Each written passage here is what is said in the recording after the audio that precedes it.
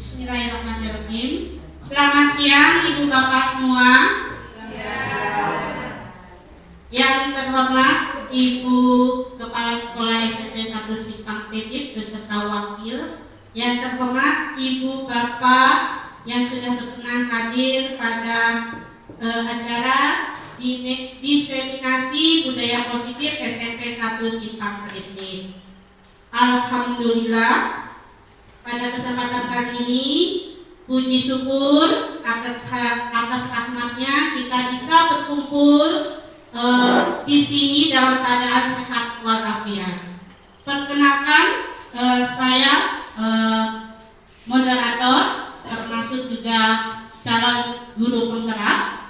Pada kesempatan kali ini kami calon guru penggerak angkatan 9 akan menyampaikan berbagi praktek baik terkait budaya positif. Adapun CGP angkatan 9 di SMP 1 Simpang Kritik, saya akan perkenalkan. Yang pertama ini Pak Noviansa, kemudian Ibu Oktaviani, kemudian Ibu Marta, dan Ibu Mary Safikri, dan saya sendiri Fitri Hadayanti. Assalamualaikum warahmatullahi wabarakatuh. Untuk memulai acara pada kesempatan kali ini, kita buka dengan bacaan basmalah bersama-sama. Bismillahirrahmanirrahim. Alhamdulillah, untuk membuka acara kami meminta Ibu Kepala Sekolah untuk berkenan menyampaikan sedikit sambutan untuk berbagi praktek budaya positif yang akan disampaikan oleh rekan-rekan kami dari calon CGP angkatan 9. Terima kasih. Tempat dan dipersilakan.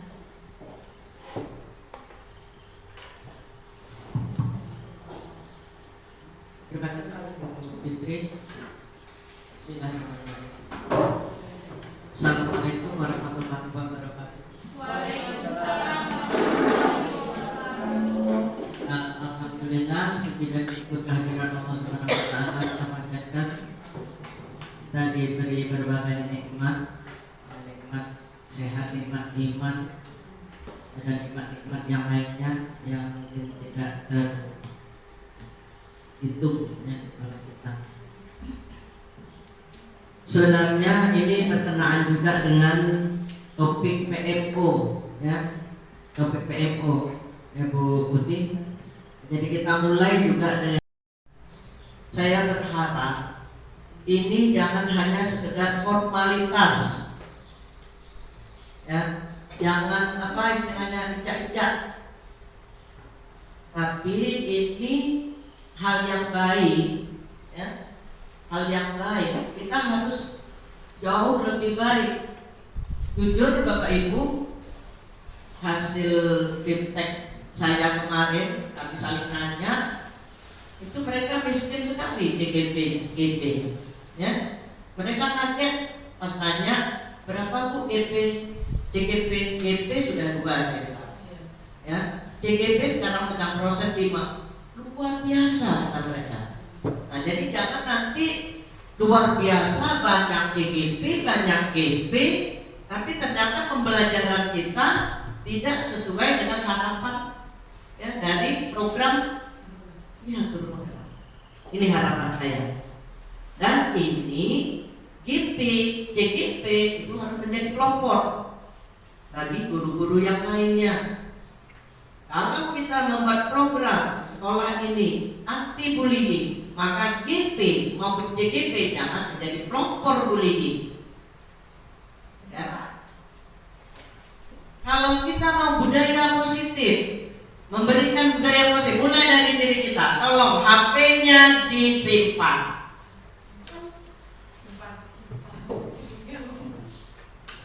Kecuali yang memvideokan, HP disimpan.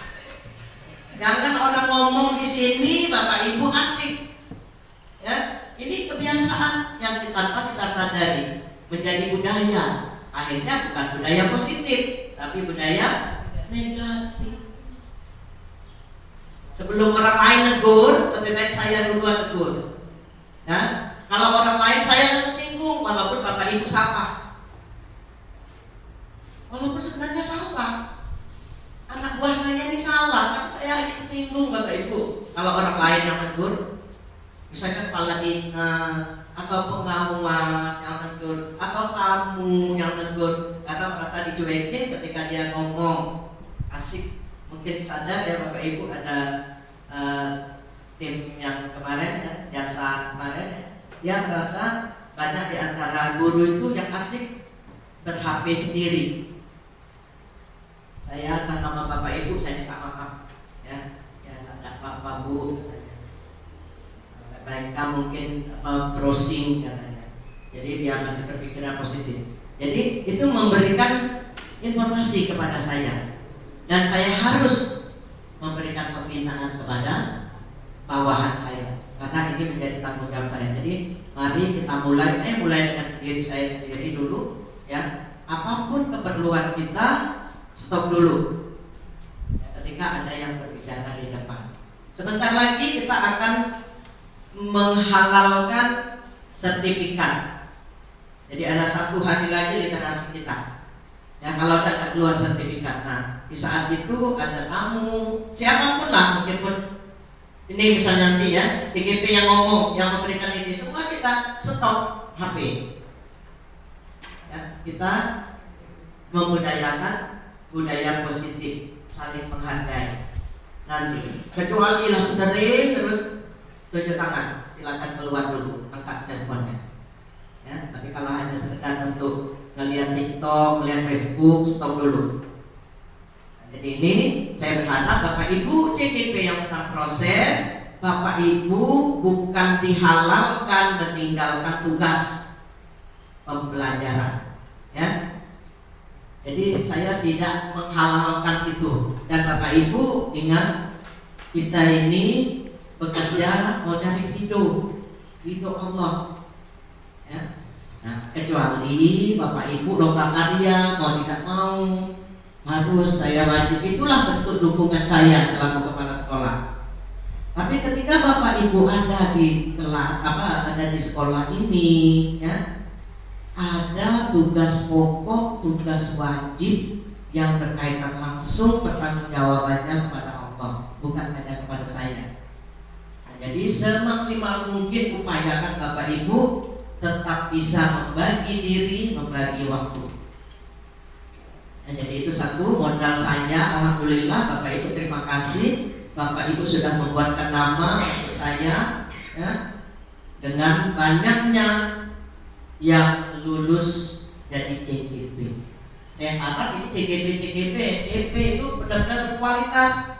Jangan hanya judulnya saja, tahu kalian kan segeknya baik, ya, ya.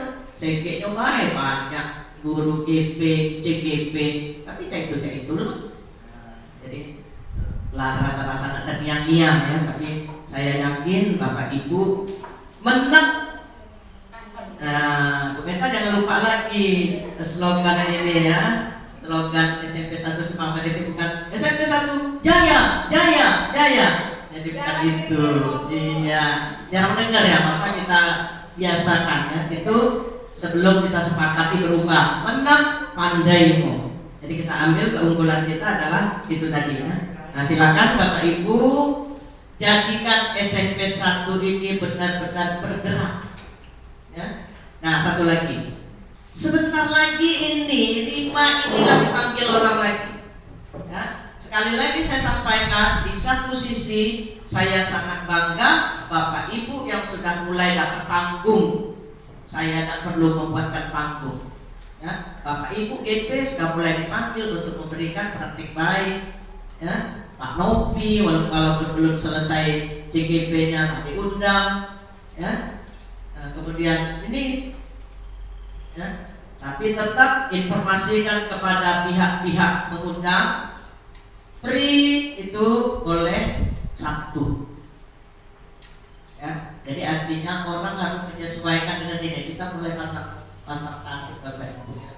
Mulai pasang gaya, ya, tidak sekenak-kenak orang bisa pakai, ya.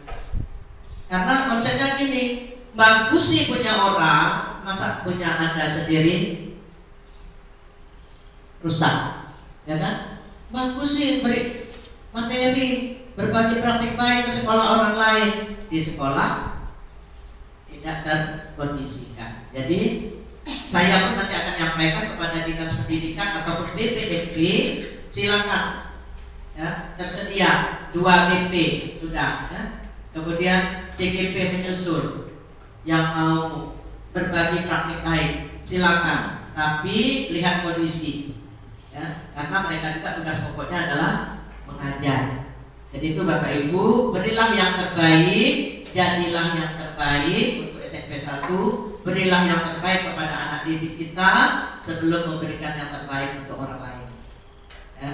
Jadi itu itu saja yang ingin saya sampaikan. Mudah-mudahan dengan takwa, saya kembali lagi saya sampaikan, dengan takwa semuanya jadi ringan ya. Semuanya jadi ikhlas kalau dengan takwa, sertai takwa di dalam pekerjaan kita. Mudah-mudahan apa yang kita harapkan ya, apa yang kita kerjakan itu selain mungkin meskipun kecil ya, saya nggak tahu pasti dapat ya, dikasih meskipun kecil, tapi yang besar itu adalah pahalanya ya, mudah-mudahan. Kemudian bagi yang sudah sering dipanggil, tolong pikirkan bagaimana pembelajarannya, materinya dengan anak didiknya, jangan sampai mereka tertinggal. Itu saja kalau ada yang kurang berkenan saya mohon maaf, kepada Allah mohon ampunannya. Saya akhiri bila kita berdaya. Assalamualaikum warahmatullahi wabarakatuh.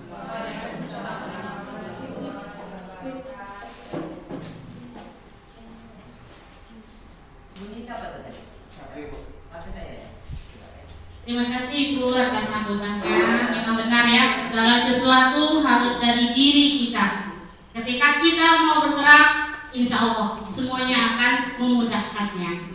Oke, untuk kesempatan hari ini ya, yang akan kami berlima sampaikan terkait budaya positif adalah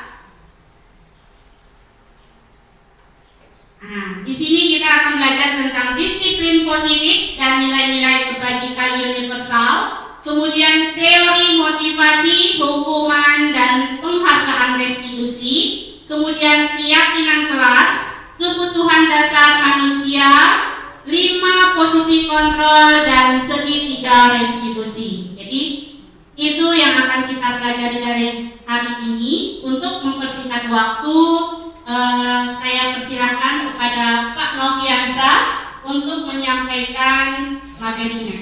Waktu dan kesempatan kami persilakan.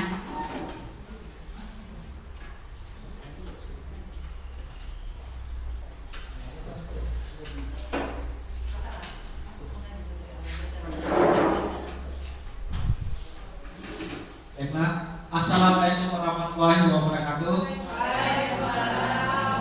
Siap Bapak Ibu.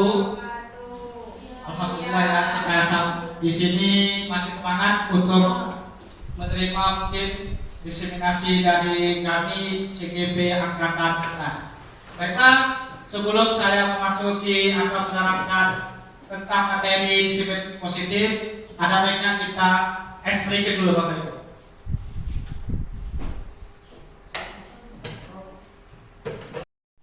Saya akan bertanya saja Bapak Ibu ya, ini untuk pakai fokus kita. Ini berapa? 1. Ini apa? Ini apa? Jari telunjuk. Ya, coba saya lagi. Ini berapa? 2. Ini apa? Kelingking.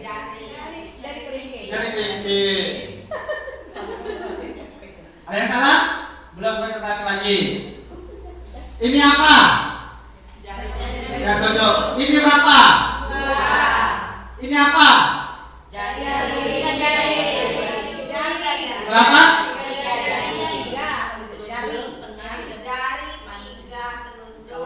3. Ya. Ini apa? 3 jari. Ya, oke. Itu saja ya, sebenarnya tanda semua. Nanti kabar-kabar ya. Kita akan speaking benar-benar.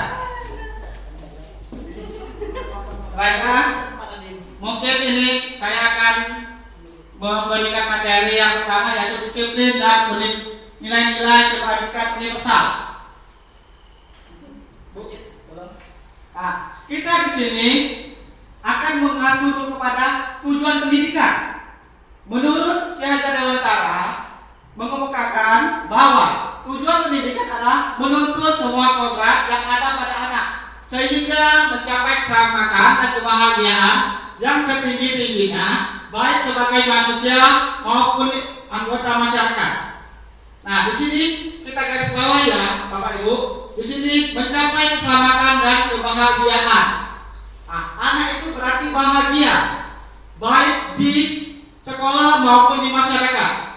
Nah, oleh sebab itu pendidikan itu hanya dapat menuntut, bukan menuntut. Selama ini kita menuntut anak lebih pandai, lebih aktif, dan lebih kreatif. Tetapi anak itu sesuai kodratnya, Bapak Ibu. Kodratnya itu kan sudah terpatri. Malah kita kembali lagi di Lauku Kampus itu sudah takdir itu sudah ada.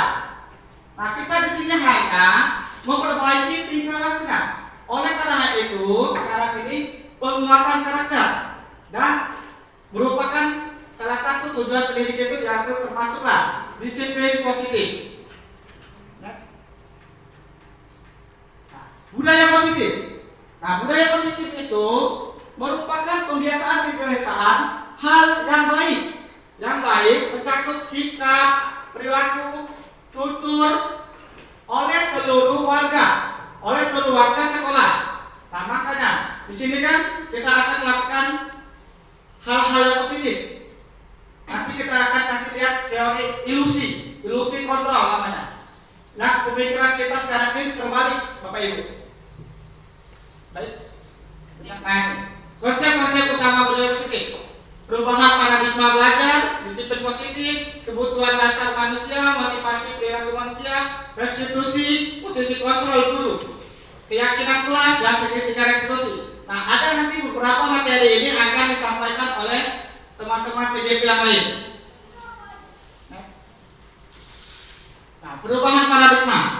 Nah, perubahan paradigma di sini dalam membangun budaya positif, sekolah dapat menyediakan lingkungan yang positif, aman dan nyaman agar siswa mampu berpikir, bertindak, dan menciptakan dirinya merdeka, sehingga dapat mandiri dan bertanggung jawab.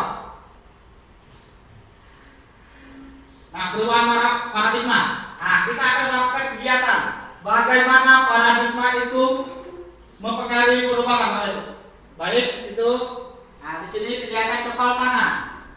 Satu, akan memegang. Anggap saja ini sesuatu yang berharga bagi ibu atau bapak yang mengepalnya. Nanti satunya pasangannya boleh merayu, merengek, ataupun memaksa untuk mendapatkannya, meminta untuk mendapatkan hal yang berharga tersebut. Anggap saja ini misalnya berlian. Berlian. Nah, nanti kita akan ketahuan paradigma kita itu bagaimana. Baik, mungkin ini dapat saya bagikan. Performa saja baginya dua-dua.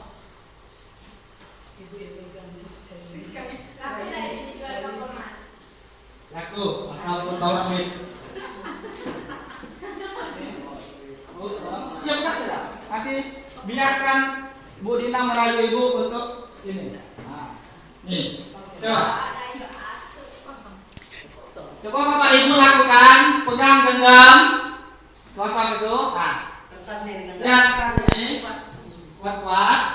Ini ada ini, sobekkan sekali kertas genggam. Nah, teman yang tidak memegang itu merayu. Bagaimana caranya mendapatkan kertas tersebut? Coba, Bapak Ibu lakukan. Nah, coba rayu. Nah, rayu. Coba, Bapak Ibu rayu. Kamu kan? Oke, coba praktekkan tuh. Maya, Rama sini dan Bu Lisa, tolong sini ya. Coba bagaimana cara? Atau Bu, ya Bu Sasmi, kamu sini aja. Nah, siapa yang mau pegang yang mana enggak? Nah, tuh ya. Bagaimana? Ya, bagaimana cara Ibu meminta sesuatu ini agar berpindah ke tangan Ibu?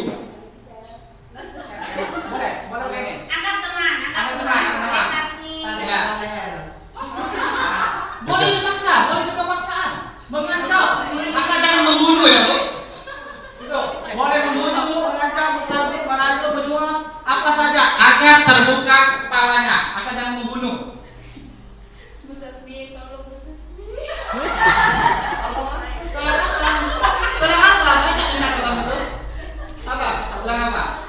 Apa itu? Bintara yang digenggam. Bintara yang digenggam Bu Sasmi. Tidak mau, ini punya saya. Nah, bagaimana? Ini hak saya. Ya, ini mau Bu Sasmi. Tidak mau, ini punya saya. Bagaimana Ibu? Kalau bisa sampai dia membuka kepala itu. Paksa. Ini itu boleh. Nah, Saya tahu. Ini saya dulu dapat tadi. itu ya. Saya. Bagaimana? Saya. Nah, Tadi saya yang dapat Bu. Saya duluan. baiklah kita beri apa dulu untuk mereka.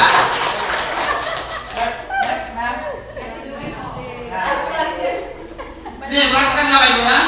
Apakah Anda atau B membuka kepala tangan Anda? Mengapa alasan Anda atau B membuka kepala tangan Anda? Yang berikutnya, apakah Anda atau B menutup kepala tangan Anda? Mengapa? Apa alasan Anda atau tetap menutup kepala tangan Anda? Yang berikutnya, dalam kegiatan ini sesungguhnya siapa yang memegang kendali kontrol untuk membuka dan menutup tangan itu? Yang punya. Ya, coba kita lihat alternatif jawabannya ya. Nah, ini kemungkinan jawabannya. Pertanyaan pertama dan kedua itu bervariasi antara yang bersedia membuka dan yang tetap bertahan menutup kepala tangannya. Itu kan terjadi. Bu Sasmi tidak mau membuka karena mungkin kertas itu lebih berharga dari kawannya ya mungkin.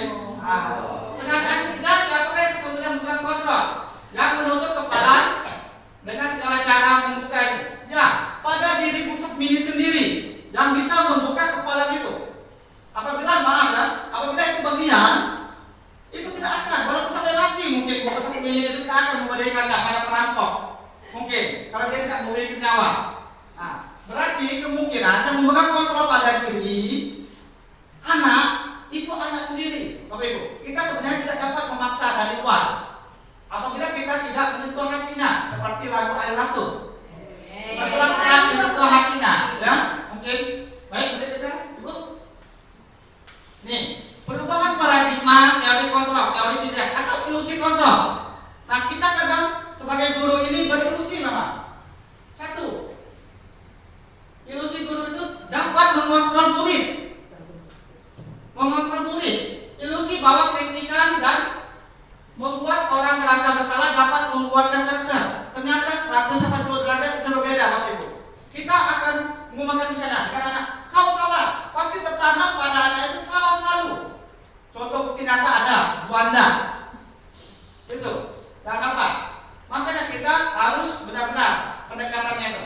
Kedua, ilusi bahwa semua kembali positif, efektif dan tepat. Memang benar.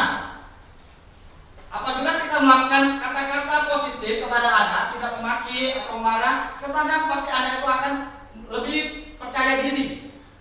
Dan ilusi bahwa orang dewasa memiliki hak untuk memaksa. Nah, ini kadang sering juga kita lakukan. Kita kadang memaksa kepada anak-anak. Tapi anak tadi yang kembali itu kadang memang sifat bawaannya itu tidak dapat diubah, tapi tingkah lakunya dan kebiasaan-kebiasaannya yang hanya bisa diubah. Berikutnya, nih perubahan paradigma stimulus, teori kontrol atau teori pilihan. Nah, stimulus responnya kita mencoba mengubah orang agar berpandangan sama dengan ibu, tapi tidak bisa ibu, Bapak Ibu, tidak bisa kita sama-sama pandangan. Walaupun dia kembar, walaupun rambutnya sama-sama hitam, beda pandangan setiap manusia, karena manusia itu unik. Nah, teori kontrolnya kita berusaha memahami pandangan orang lain tentang dunia. Misalnya si A, melihat gajah itu hanya belalai, mungkin si B nengoknya buntutnya. Nah, seperti itu pandangan kita. Misalnya beda gajah di India dan Indonesia ukurannya. Nah, karena beda-beda pandangan. Perilaku buruk dilihat sebagai suatu kesalahan dan stimulasinya. Teori kontrolnya, semua perilaku memiliki tujuan. Pasti ada tujuan. Mereka itu melakukan kesalahan. Dua, orang lain baik mengontrol salah. Hanya Anda yang bisa mengontrol diri sendiri. Seperti seperti Bu Sasmini tadi mengontrol genggamannya. Walaupun Bu Rahma tadi meminta merengek atau bercanda tidak dapat melepaskan kepala tadi. Baik, mungkin berikutnya Bu. Nah, di sini kita akan disiplin positif. Nah, disiplin adalah kemampuan memerintah diri sendiri dalam mengontrol dan menguasai diri untuk memiliki tindakan mengacu pada nilai-nilai yang kita hargai dengan penuh tanggung jawab tanpa terperintah orang lain. Nah, di sini tanpa terperintah orang lain, disiplin. Nilai-nilai yang kita hargai adalah nilai kebajikan, nilai positif manusia yang merupakan tujuan mulia yang ingin dicapai setiap individu, yaitu nilai-nilai dalam profil Pancasila. Nah, menurut Jaga Dewantara menyatakan untuk mencapai kemerdekaan dalam konteks pendidikan kita saat ini untuk menciptakan murid yang merdeka. Syarat utamanya adalah harus ada disiplin yang kuat. Disiplin yang dimaksud adalah disiplin diri yang memiliki motivasi internal, motivasi dari diri sendiri siswa itu. Nah, bagaimana cara kita membangkitkannya? Jika kita tidak memiliki motivasi internal, maka kita memerlukan pihak lain untuk mendisiplinkan kita atau motivasi eksternal. Nah, kita sebagai guru di sini yaitu adalah motivasi eksternal bagi siswa kita. Karena berasal dari luar, bukan dari dalam diri sendiri anak. Berikutnya Bu. Nih, disiplin positif, teori kontrol. Ini ada 4. Bapak Ibu bisa lihat. Nanti akan dijelaskan detail oleh teman-teman CGP yang lain. Ya, lebih jelaskan, kalau lebih terperinci nanti oleh Bu Marta, Bu Fitri, Bu Mary dan Bu Okta. Berikutnya, Bu. Nah, sekarang nilai-nilai kebajikan. Nilai-nilai kebajikan universal adalah sifat positif manusia yang merupakan tujuan mulia ingin dicapai setiap individu. Nilai-nilai tersebut bersifat universal dan lintas bahasa, suku, agama maupun latar belakang. Dia tidak melihat suku, agama, genre juga. Dia nilai positif itu ibaratnya dari diri mereka sendiri dan menuju kebaikan. Betul Bu? Nah, ini nilai-nilai kebajikan yang akan dicapai oleh anak Indonesia yang kita kenal sebagai profil Pancasila. Pertama, beriman, bertakwa pada Tuhan Maha Esa dan berakhlak mulia, mandiri, bernalar kritis, meregani kebaikan global, bergotong royong dan kreatif. Baiklah, mungkin Bapak Ibu di sini ada yang ingin ditanyakan yang saya sampaikan. Apabila ada yang belum jelas, sebelum ke materi yang lain yang akan disampaikan oleh Bu Mary, Bu Pun. Ya, terima kasih beri makhlus untuk Pak Noviaksa.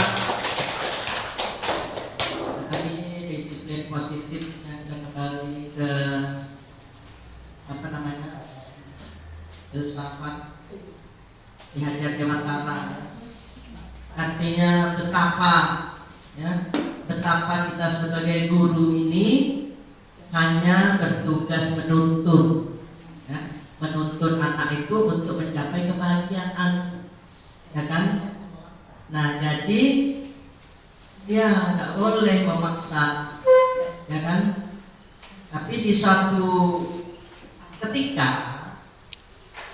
meskipun bunyinya dan apa yang kita lakukan memaksa, apakah kita sepakat bahwa guru itu harus menyadari betul bahwa dia itu menuntun? Artinya ketika menghadapi anak yang kemarin kami dapat materi ya gambar ini, bahwa ini kan berkaitan erat, ya, berkaitan erat dengan inklusif. Jadi mengapa yang diundang itu sekolah penggerak? Karena sekolah penggerak itu ikonnya adalah pembelajaran berdiferensiasi, ya. Jadi kita guru memberikan pembelajaran sesuai dengan kebutuhannya. Kalau nggak butuh nggak usah kasih, ya kan? Nah, sekarang apakah sepakat kita bahwa anak ini berhasil apabila dia sudah bahagia, ya kan? Ya, sepakat nggak kira-kira? berhasil kalau dia bahagia. Nah, tapi tetap kita harus lihat kalau dia bahagianya negatif, ya kan? Dengan cara-cara yang negatif yang buat dia bahagia, kembalikan lagi ke kita. Karena tuntunan tadi dari kata Pak Ki Hajar Dewantara tadi ya, tetap profil pelajar ini, ya. Nah, jadi ini Bapak Ibu saya suka sekali seperti saya katakan tadi 5 GGP, 2 GP, ya kan? Ini harus anak-anak kita ini benar-benar terfasilitasi sesuai dengan kebutuhannya. Artinya sudah benar semua yang kita lakukan selama ini, ya. Meskipun mungkin dengan cara dipanggilkan polisi, ya kan? Tapi yang tidak benar itu ketika kita tidak mau dengan anak itu tidak boleh. Jadi tetap anak itu difasilitasi, tetap, karena kembali lagi tugas kita menuntun. Apalagi sudah banyak warna dan ditambah dengan lingkungannya, ya kan? Nah, sekarang anak pun jangankan dengan kita, orang lain, orang tuanya pun tidak bisa orang tua mengendalikannya, kan? Jadi seperti yang disampaikan tadi ya, beri contoh. Nah, apalagi ketemu yang tak keluar lagi genggamannya, ya, seperti menggenggam air tidak jatuh, apalagi memang karakternya pelit, ya kan? Ya, jadi itu kan hanya sekedar contoh ya tadi ya, sekedar contoh. Artinya mau memberikan gambaran ketika yang menggenggam ini tetap tak mau buka, Anda tidak akan bisa.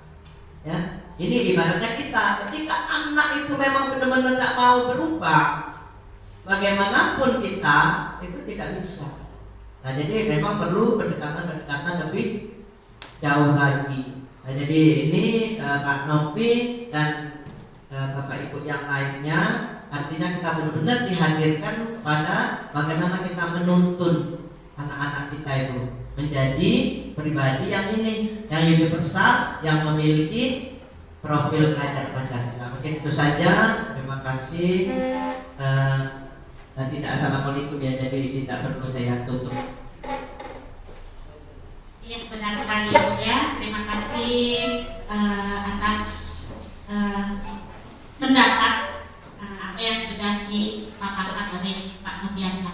Untuk selanjutnya akan disampaikan oleh teman saya Pak Bu Mary. Mungkin untuk sesi tanya jawab nanti bisa di akhir ya. Nanti kita akan sama-sama kita akan diskusikan untuk lebih lanjutnya. Terima kasih. Tempatnya waktu kami persilakan. Silakan Ibu Mary. Baik, Ibu Fitri, terima kasih kesempatannya. Izin Bapak Ibu semua, Assalamualaikum warahmatullahi wabarakatuh. Baik, jadi saya akan menyampaikan materi mengenai teori motivasi, hukuman, penghargaan, dan restitusi. Tapi sebelum itu, karena matanya tadi sudah ada yang agak ngantuk ya, kita main game dulu sebentar ya. Mungkin sambung kata, Bapak Ibu. Apakah pernah dengar?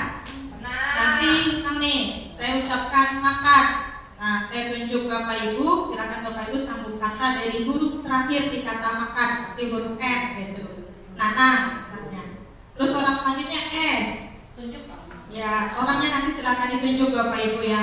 Bisa kita mulai? Bisa, oke, saya mulai. Sekolah, Ibu Meta. H. Harus. Tunjuk orangnya Bu Meta. Mbak Dina. Saya. Tunjuk orangnya Bu Dina. Bubur. Sayang. G.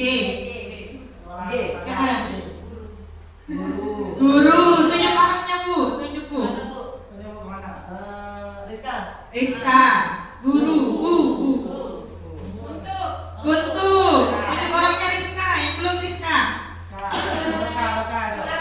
Gorama. K. Kecil. Yang mana lagi Gorama? Yang belum Gorama.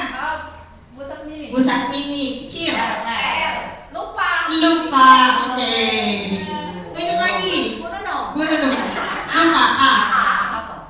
Apa? Anak. Sekali lagi. Tunjuk lagi Bu. Bu Arni. Ke sekolah. Lagi Bu. Satu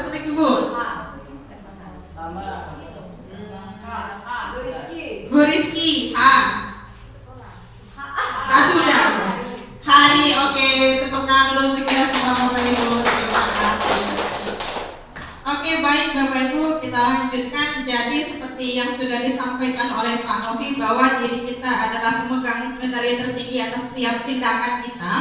Nanti di teori motivasi ternyata ketika kita melakukan sesuatu ada motivasi yang mendasari tindakan kita, baik itu dari dalam diri kita sendiri maupun dari pihak luar ataupun pihak eksternal. Kemudian juga nanti akan ada hukuman, penghargaan dan restitusi. Nah ini Bapak Ibu, ternyata ketika kita melakukan sesuatu ada motivasi yang mendasari tindakan kita, ada motivasi eksternal yang berasal dari pihak luar maupun orang lain, ada motivasi internal yang berasal dari dalam diri kita sendiri. Contoh nih, motivasi eksternalnya, apa yang akan terjadi kalau saya tidak melakukannya? Artinya nanti saya akan mendapat hukuman loh kalau tidak melakukan hal ini gitu. Kemudian selanjutnya, apa yang akan saya terima jika saya melakukan ini? Artinya Bapak Ibu mengharapkan penghargaan dari orang lain ketika melakukan sesuatu. Begitupun dengan anak. Biasanya ada beberapa anak yang ketika kita minta tolong, Bu kasih padang ya gitu. Nah berarti kan dia mengharapkan sesuatu dari kita. Kemudian selanjutnya yang ketiga yang dianggap baik itu adalah motivasi internal, motivasi dari dalam diri kita sendiri. Kenapa kita melakukan sesuatu? Apakah itu bentuk penghargaan terhadap diri kita sendiri? Apakah dengan dari itu kita bisa menjadi teladan bagi murid kita? Seperti itu Bapak Ibu. Lanjut Pak. Lanjut. Nah ini yang seperti disampaikan oleh Bu Guru tadi, merdeka bukan berarti kita lepas dari perintah Bapak Ibu, akan tapi juga cakap buat pemerintah diri sendiri. Maka ketika anak sudah berbahagia dan mencapai keselamatan, anak juga diharapkan bertanggung jawab atas diri dan hidupnya serta lingkungannya Bapak Ibu. Next Pak. Nah ini Bapak Ibu, ternyata penghargaan yang sering kita berikan ke siswa juga ada dampak negatifnya. Nah ternyata penghargaan ini hanya berlaku jangka pendek dan jangka panjang. Ya kalau siswanya sadar gitu. Tapi kalau ternyata lama-lama dia melakukan sesuatu hanya untuk penghargaan saja, gimana? Jatuhnya dia nggak ikhlas gitu. Nah kemudian penghargaan menghukum, kemudian juga ada penghargaan mengurangi ketepatan, penghargaan juga tidak efektif, dan penghargaan ini akan merusak hubungan. Next.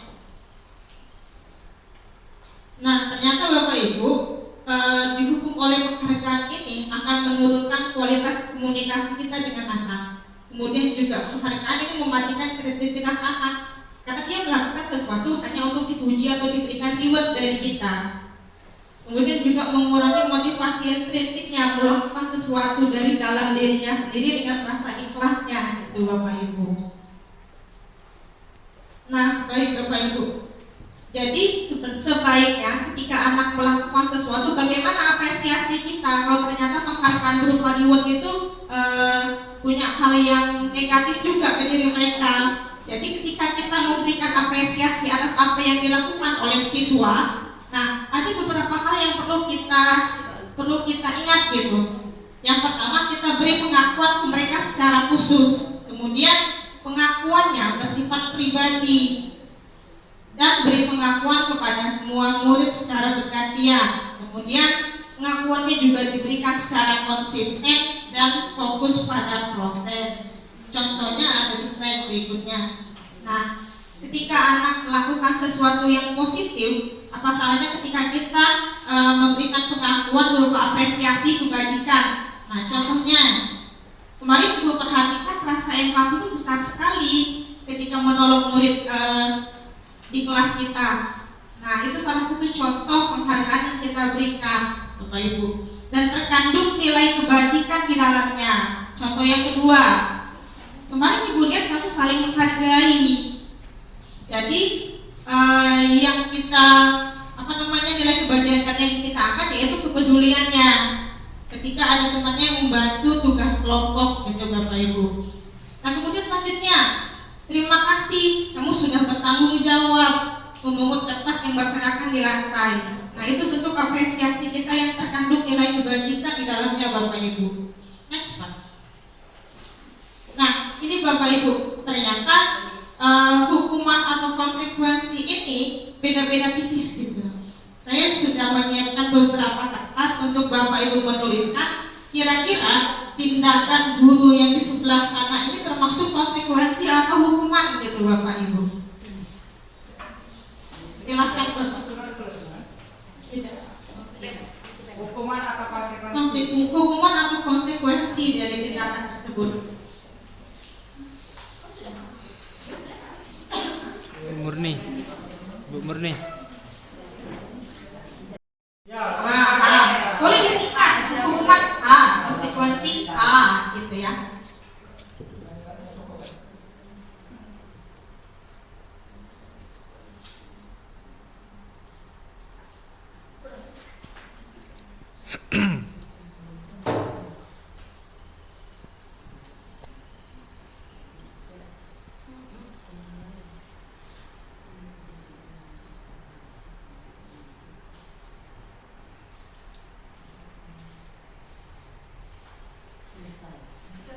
Luar biasa anak Ibu Sasmi.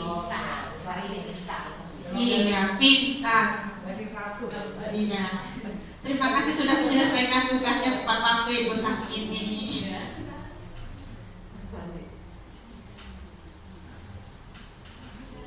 Sudah, Bu Rizka juara 2.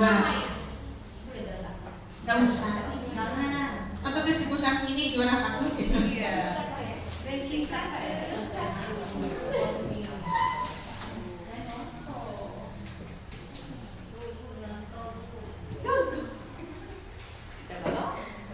Oke, baik Bapak Ibu. Tampaknya ini sudah banyak yang selesai. Boleh di next Panvi kita lihat apakah sesuai dengan jawaban Bapak Ibu semua. Silakan Panvi. Nanti kita bahas satu-satu ya. Mereka semua dapat coklat. Iya, semua dapat coklat.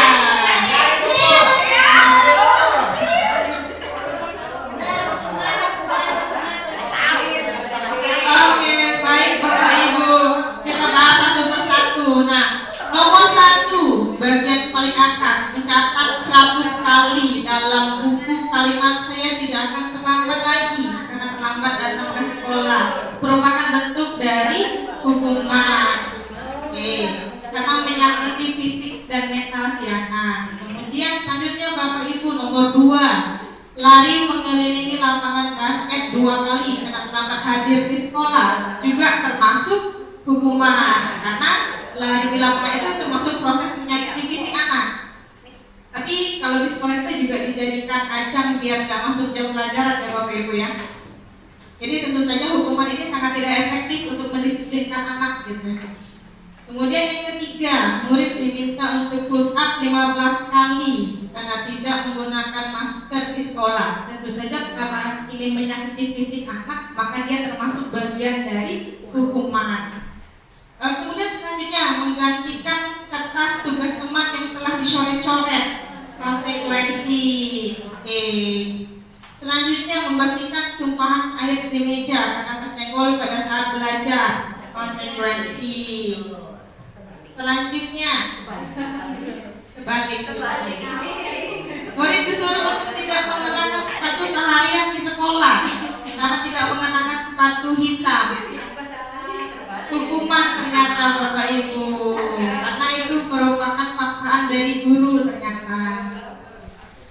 Selanjutnya lari mengelilingi lapangan basket 2 kali karena terlambat 10 menit untuk pelajaran PJOK.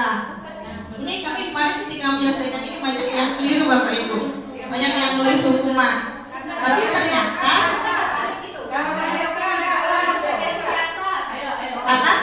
Bapak Ibu lari mengelilingi lapangan basket ini memang pemanasan saat jam belajar olahraga. Jadi dia termasuk konsekuensi gitu. Iya, jadi pemanasannya kalau di pelajaran PJOK dia termasuk konsekuensi karena pemanasannya biasanya memang lari gitu.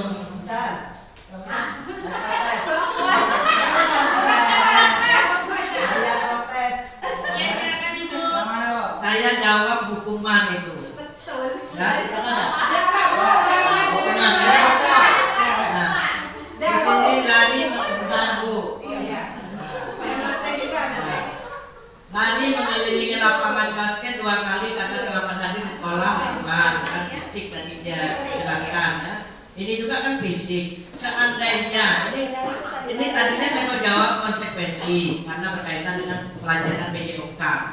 Nah, tapi jawaban Pak Novi tadi karena PJOK biasanya memang pemanasan. Seandainya kali itu PJOK bukan ya tidak ada yang mengelilingi lapangan, jadi tidak perlu lagi katanya tadi mengelilingi lapangan kan. Seandainya yang lainnya mengelilingi lapangan, ya kan? Kalau misalnya siswa yang lainnya tadi disuruh mengelilingi lapangan, tiba-tiba ada yang terlambat kan? Nah, 10 menit sudah terlambat, disuruh mengelilingi lapangan, konsekuensi. Kalau sebelumnya anak-anak juga yang lainnya mengelilingi lapangan, tapi kalau anak bukan mengelilingi lapangan, tiba-tiba anak yang terlambat disuruh mengelilingi lapangan, tolong kita pikirkan lagi, apakah konsekuensi atau hukuman. Nah, apalagi misalnya PJOK-nya pembelajaran teori di kelas, ya, ayo.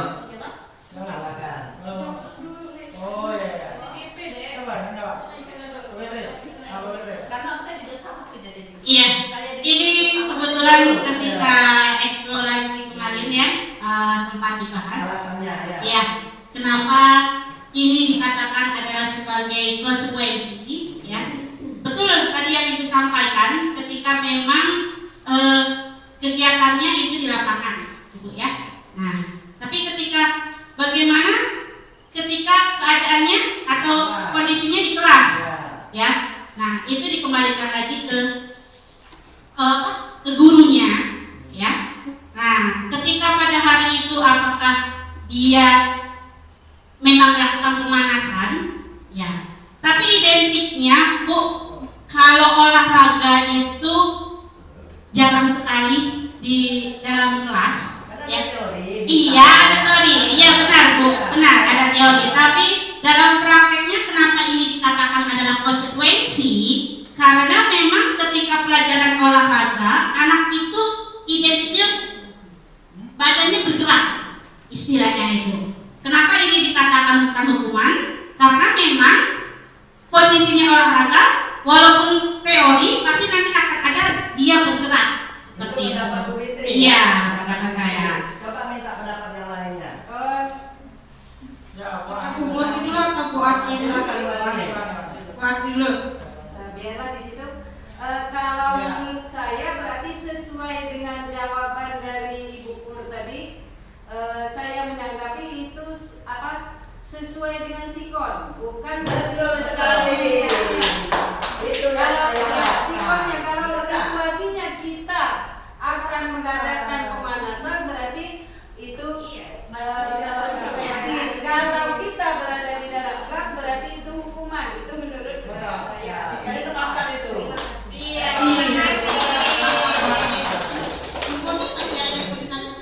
Oke, baik Bapak Ibu. Kesimpulannya untuk yang nomor terakhir berarti tergantung dari situasi dan kondisinya. Nah, saat pembelajaran terakhir kami berarti situasinya pada saat itu sedang pembelajaran di lapangan, gitu ya. Makanya ketika bersama dengan fasilitator kami menjawabnya yaitu konsekuensi Bapak Ibu.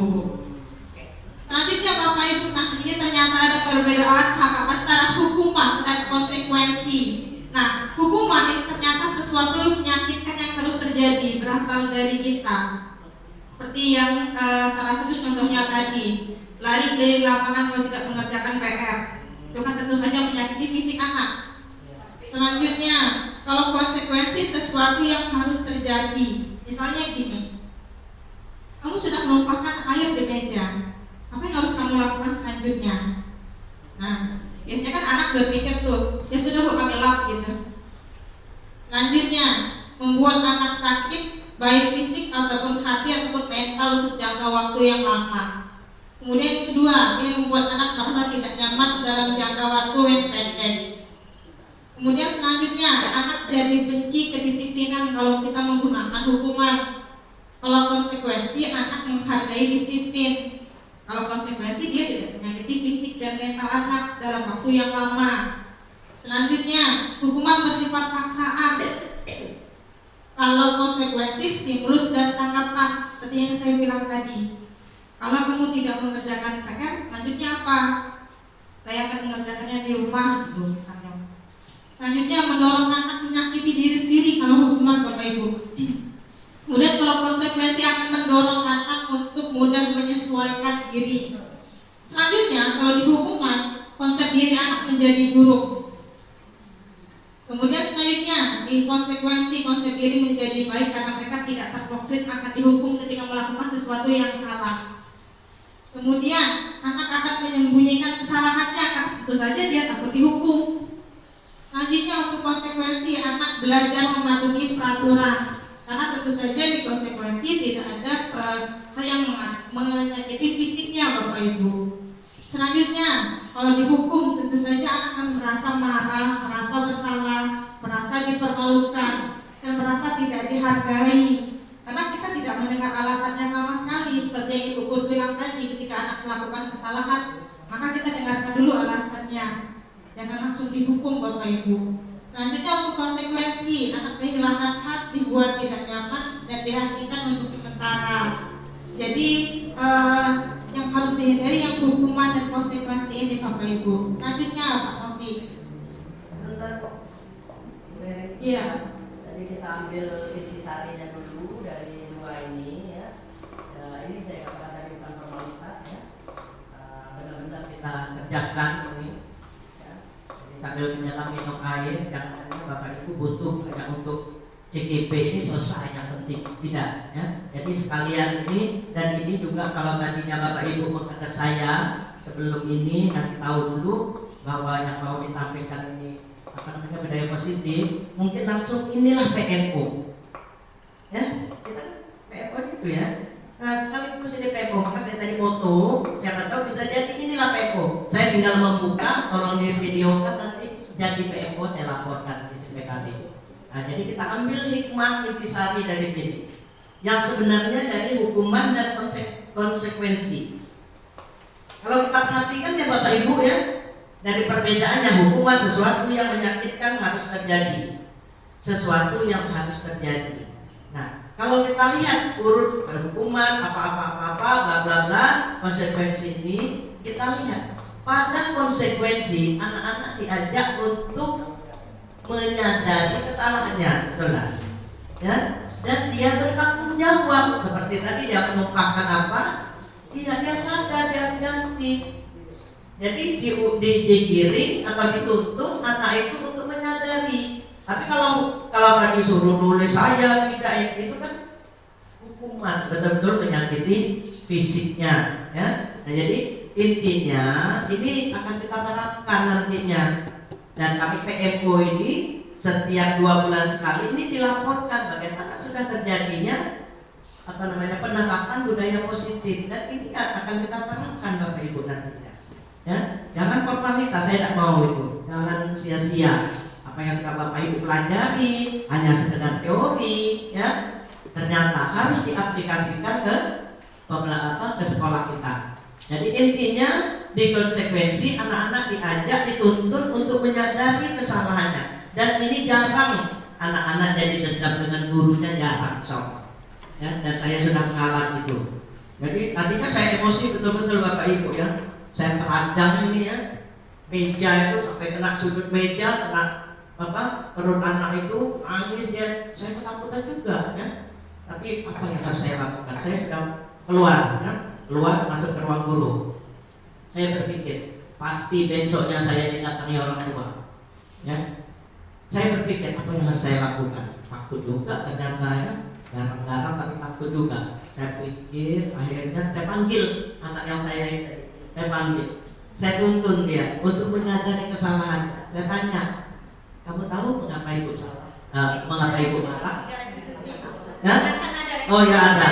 Gak apa-apa, saya ini kan ya, gak enak nanti putus ya. Mengapa kamu salah? Mengapa ibu marah? Ya, ya Bu. Jadi wajar tak kalau ibu marah? Wajar Bu. Jadi gimana kamu rasanya? Jadi kita bisa lihat anak itu masih dendam atau enggak dari raut wajahnya kelihatan. Jadi inilah dikonsekuensi dituntut untuk dia sadar, dia menyadari dan dia digiring untuk bertanggung jawab. Beda dengan hukuman. Ya, hukuman ini kayaknya kita benar-benar emosi di situ ya. Kita sampaikan emosi mungkin itu. Terima kasih. Baik Ibuku, terima kasih atas tanggapannya. Jadi Bapak Ibu, ternyata hukumannya selain juga tidak mendidik anak untuk bertanggung jawab, memberikan rasa bersalah pada anak, ya. Kemudian juga ternyata sebagai guru, ketika kita memberikan hukuman bisa juga membuat kita merasa bersalah, Bapak Ibu. Kita juga menjadi tidak tenang ketika sudah memberikan hukuman pada anak. Nah, untuk konsekuensi biar dia lebih lebih kuat, anak juga bisa belajar bertanggung jawab dan memberikan solusi dari tindakannya. Nah, ada yang namanya restitusi, Bapak Ibu. Nah, jadi di restitusi ini guru akan melakukan proses menciptakan kondisi bagi murid untuk memperbaiki kesalahan mereka dengan kita menstabilkan identitas mereka, tidak menyalahkan mereka, tidak langsung menjudge mereka atas kesalahan yang mereka lakukan. Kemudian juga memvalidasi tindakan mereka yang salah yang mana saja. Jadi anak dibimbing untuk menyadari kesalahan mereka sudah mereka lakukan. Kemudian juga menanyakan keyakinan. Jadi solusi dari masalah yang anak buat itu berasal dari anak sendiri dan kita sepakati bersama antara guru dan siswa, Bapak Ibu. Next Pak. Nah, kita lihat di bagian yang harus restitusi yang paling ujung ya Bapak Ibu ya, karena dua tadi sudah kita bahas. Nah, restitusi yang ini yang selanjutnya yang paling ujung. Nah, oke. Jadi restitusi ini merupakan pilihan antara guru dan siswa. Seperti yang sudah saya katakan tadi bahwa solusinya berasal dari anak sendiri yang menentukan nanti mereka maunya seperti apa gitu. Tentu saja dengan kesepakatan kita dengan anak. Kemudian juga menguatkan murid untuk dalam jangka waktu yang panjang. Selanjutnya korban mendapat ganti, murid mendapatkan penguatan. Kemudian masalahnya juga terpecahkan seperti yang Bu bilang tadi. Insya Allah tidak ada anak yang dendam dengan gurunya kalau seperti ini. Kemudian tentu saja yang paling penting, murid menyadari tanggung jawab pada dirinya atas tindakan yang mereka lakukan. Nah, fokus pemecahan ketika restitusi adalah dalam jangka waktu yang panjang. Biasanya pertanyaan-pertanyaannya seperti ini. Apa yang kamu yakini? Apa yang bisa kamu lakukan untuk memperbaiki masalah ini? Nah, selanjutnya murid diharapkan akan menghargai dan menghormati orang lain, Bapak Ibu. Nanti untuk materi selengkapnya mengenai segitiga restitusi akan dibahas bersama dengan MPT. Nah, ini juga nanti mungkin akan dibahas dengan MPT yang lainnya. Oke, baik Bapak Ibu, saya rasa sudah selesai materi saya mengenai teori motivasi, hukuman, penghargaan, dan restitusi. Terima kasih atas perhatiannya. Assalamualaikum warahmatullahi wabarakatuh. Oke, terima kasih. Kita lagi complotnya Ibu Bapak ya, biar lebih segar. Tepuk tangannya semua untuk kami yang berada di depan dan untuk Ibu semua yang sudah masih semangat masih tampil di sini ya. Oke, untuk materi ketiga yaitu adalah keyakinan kelas yang akan disampaikan oleh Ibu Oka. Untuk tempat dan waktu kami persilakan.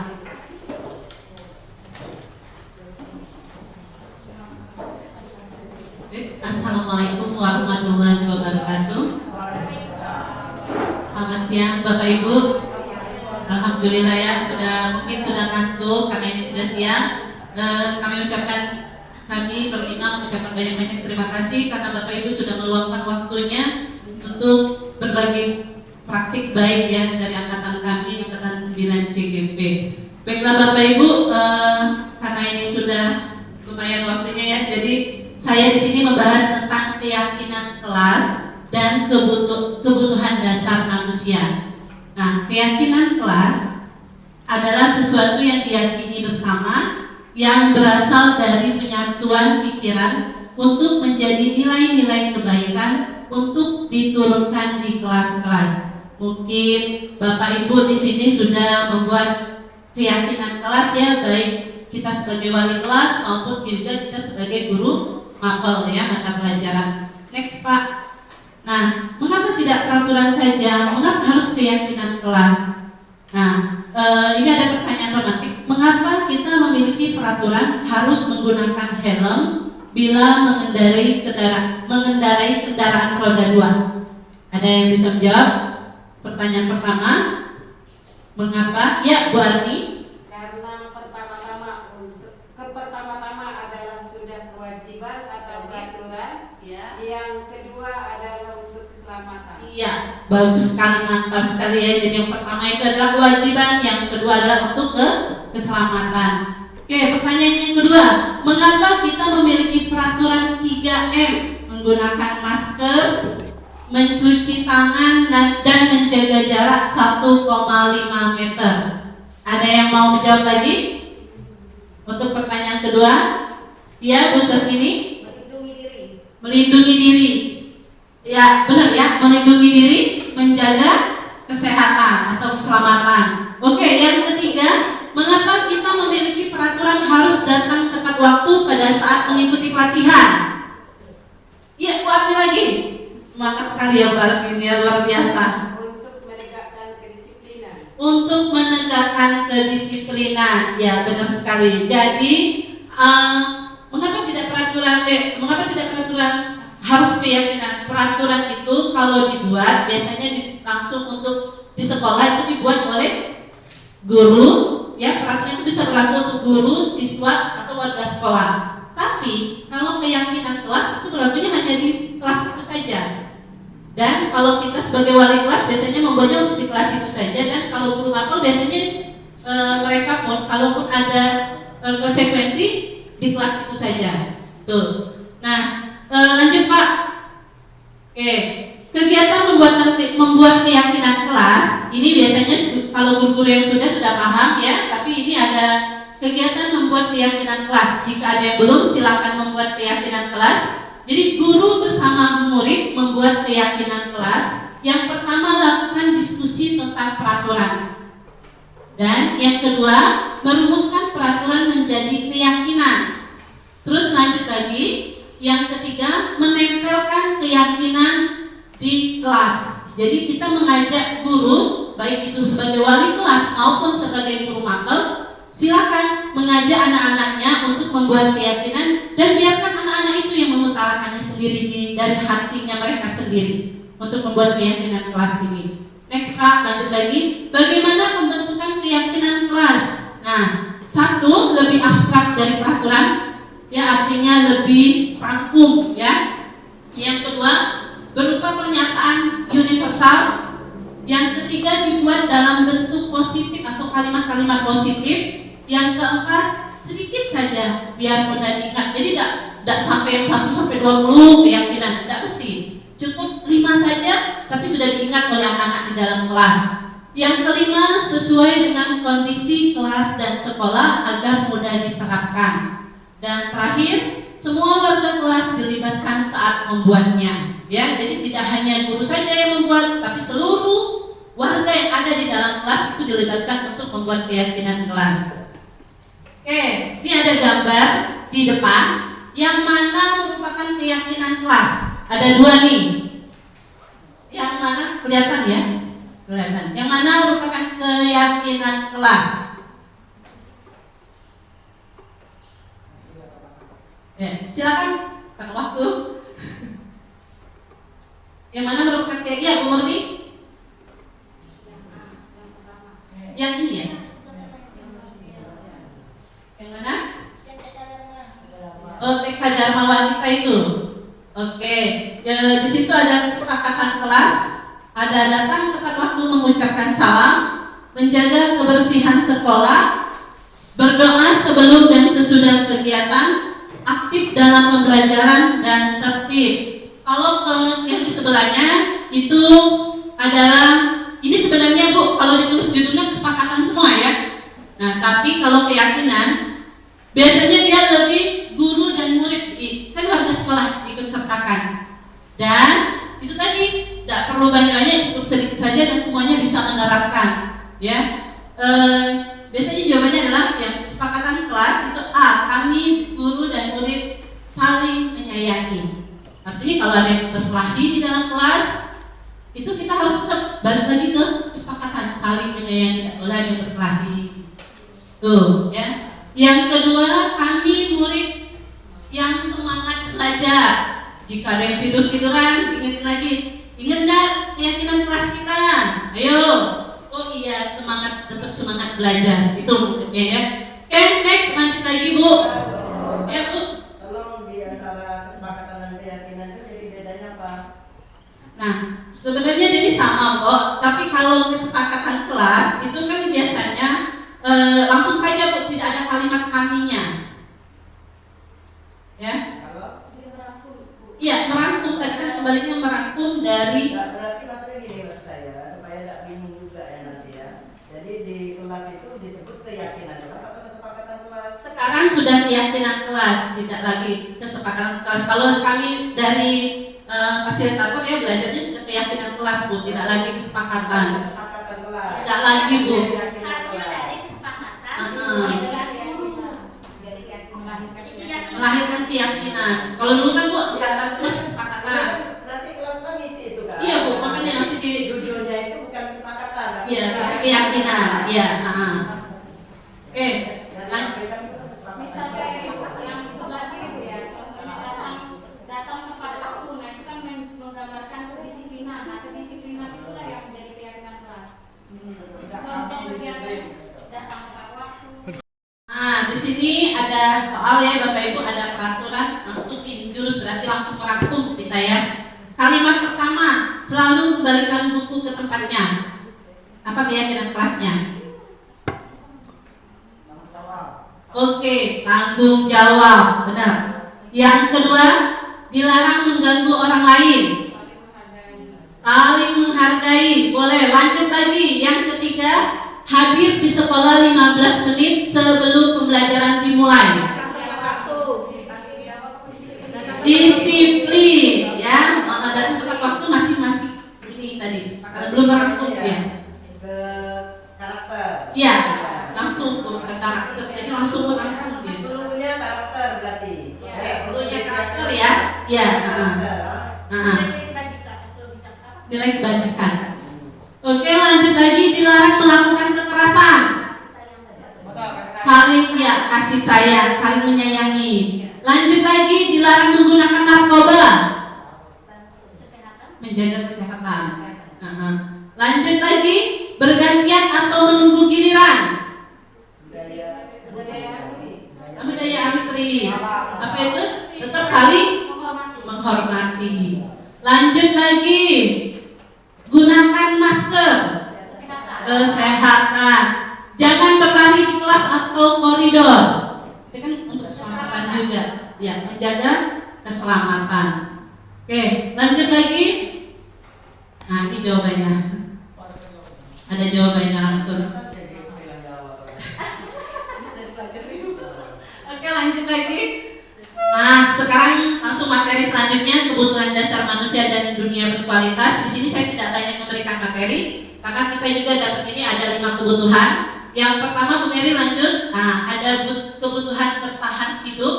Yang kedua, kebutuhan kasih sayang dan rasa diterima. Yang ketiga, kebutuhan kesenangan. Keempat, kebebasan, dan kelima, penguasaan.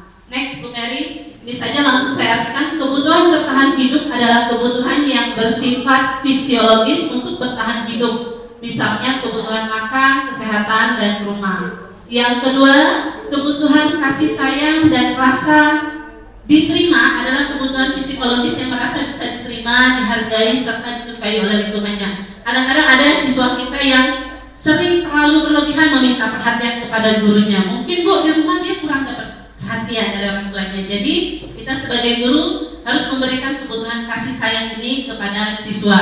Lanjut lagi, penguasaan, kebutuhan atas pengakuan atau kemampuan. Kadang-kadang siswa itu ada yang ingin diakui karena kemampuannya. Nah, ini kembalinya ke kebutuhan penguasaan. Keempat, kebutuhan kebebasan adalah kebutuhan akan pilihan yang dia inginkan. Ya, kalau kasus Juanda itu bisa jadi dia itu di rumah sudah banyak masalah, ya, dilanjutkan di sekolah dia juga banyak masalah. Nah, ini tadi baliknya dia masih banyak kebutuhan yang dia ingin dapatkan.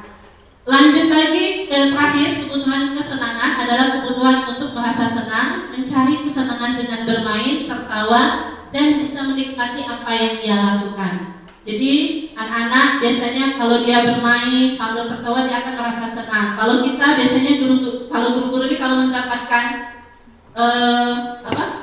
gaji atau apa, biasanya hati-hati itu langsung senang gitu. Ya itu tadi yang membuat kesenangan. Oke, ya itu saja materi dari saya, akan dilanjutkan lagi oleh Bu Marta. Terima kasih sebelumnya Bapak Ibu atas perhatiannya dan waktunya. Apabila ada kata yang salah saya mohon maaf, dan kepada Allah saya mohon ampun. Wabillahi taufiq wal hidayah. Wassalamualaikum warahmatullahi wabarakatuh. Terima kasih Bu Oka atas materi yang sudah disampaikan. Kita ada 2 lagi materi Bu Bapak. Saya harap Ibu Bapak masih semangat ya. Dan terima kasih atas kesediaan Ibu Bapak menyempatkan waktunya untuk hadir pada kesempatan kali ini.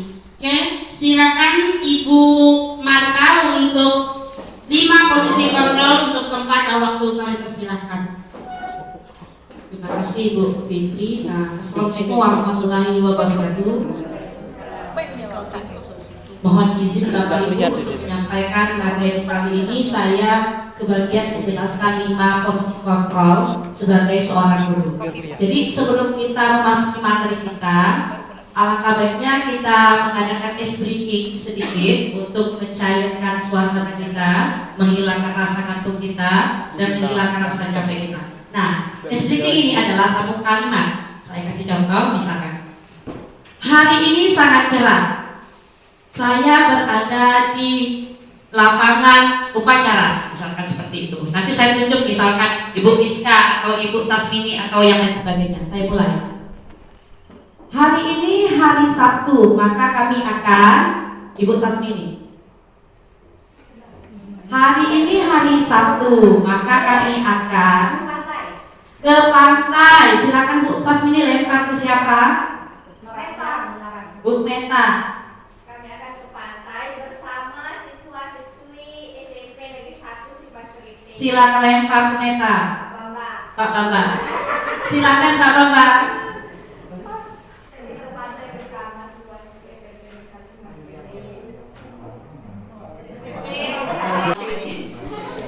Iya, setelah mandi kami mancing dan muka.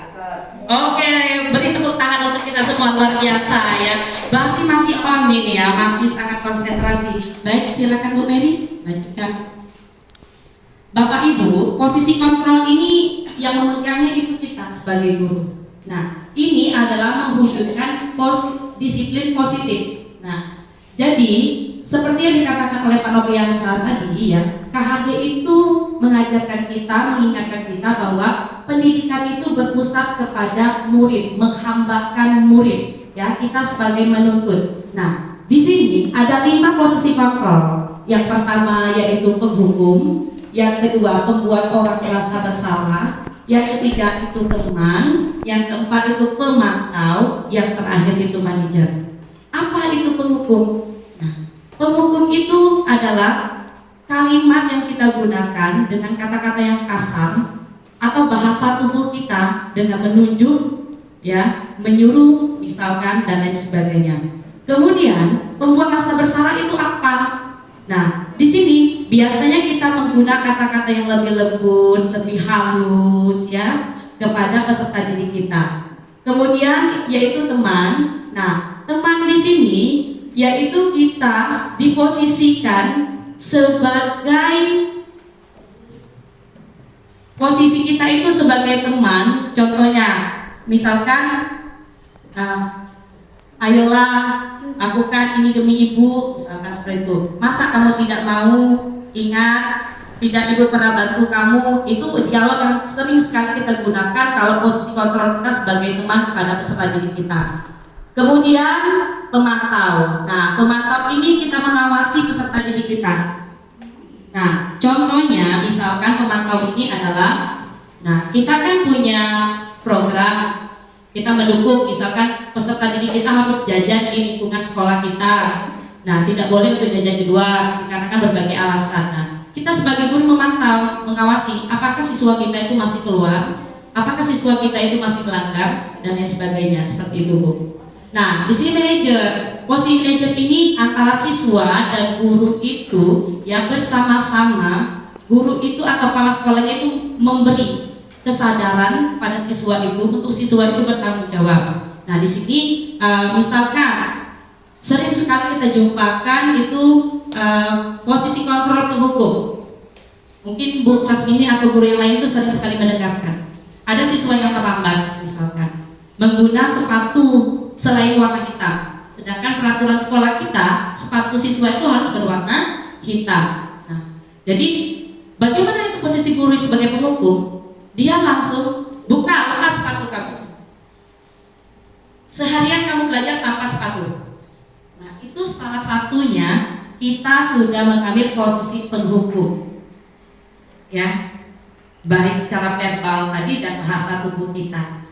Nah, kemudian misalkan sebagai teman, mungkin yang sebagai teman ini seperti wali kelas misalkan memanggil siswanya, siswa yang melakukan pelanggaran misalkan, ya, ayolah kamu bantu ibu, kita sama-sama kerjasama, tolong dirubah tingkah lakunya misalkan untuk apel misalkan seperti itu sebagai teman. Nah, membuat orang merasa bersalah ini sering dijumpai guru mapel yang ada di kelasnya. Ada salah satu siswa yang tidur di kelas misalkan pelajaran guru bahasa Inggris misalkan.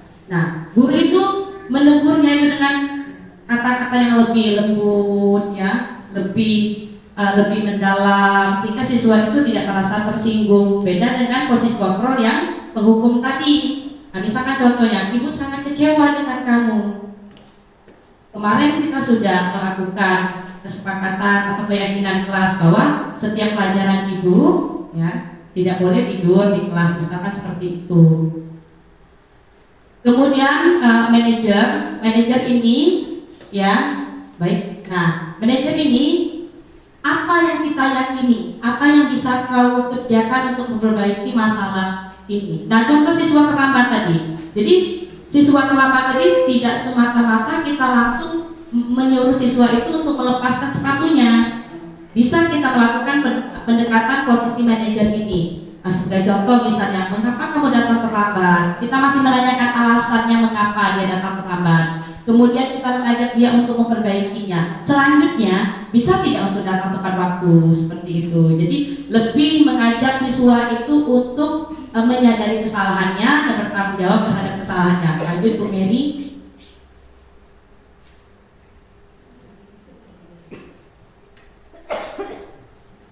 Oke. Nah, di sini ada pertanyaan. Terus siapa yang mengatakan? Nah, yang di sana, saya kecewa sekali dengan kamu. Nah, itu contoh dari posisi kontrol membuat orang merasa bersalah. Yang sering kita ucapkan sana, Bu sangat kecewa sekali dengan kamu. Kenapa kamu tidak berubah? Sudah dipanggil orang tuanya, sudah ada pembinaan, sudah buat surat perjanjian. Nah, itu ternyata kita di posisi kontrol membuat orang yang merasa bersalah. Jadi yang merasa, oh berarti selama ini saya melakukan kesalahan ini belum berubah, seperti itu. Terus yang kedua, kamu tidak pernah benar melakukannya, itu penghukum. Ya, saya contohkan misalnya tiket umum, ya, misalnya tidak bersih sektornya, ya, misalkan itu saya tambahkan.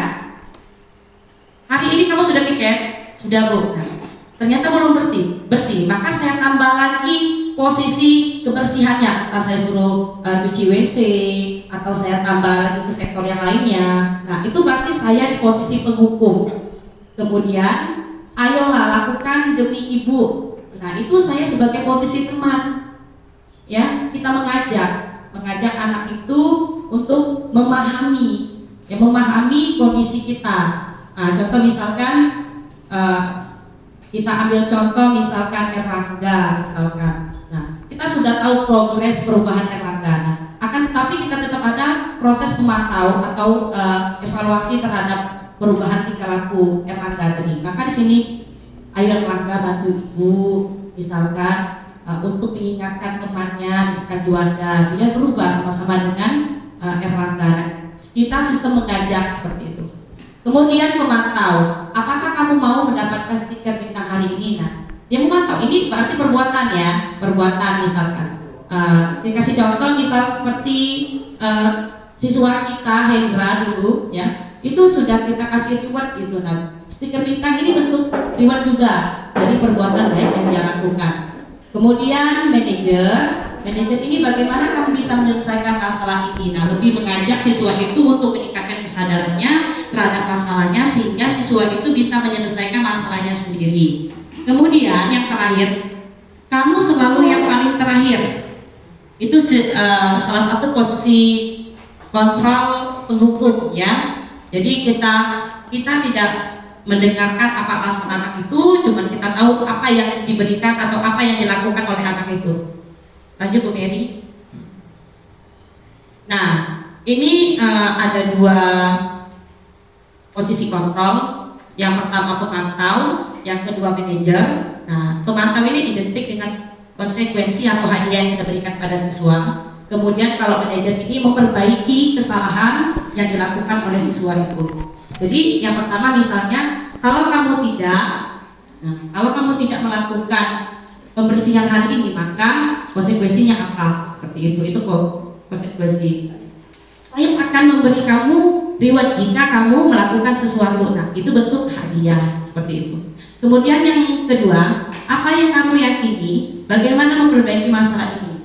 Nah, kita meningkatkan dulu kesadaran siswa itu terhadap masalah yang mereka alami. Kita sadar dulu, kita cari latar belakangnya mengapa mereka terlambat misalkan, atau mereka bolos misalkan. Terus kita mengajak siswa itu meyakini bagaimana cara kita memperbaiki permasalahan itu dengan meningkatkan kesadaran dan tanggung jawab siswa itu sendiri.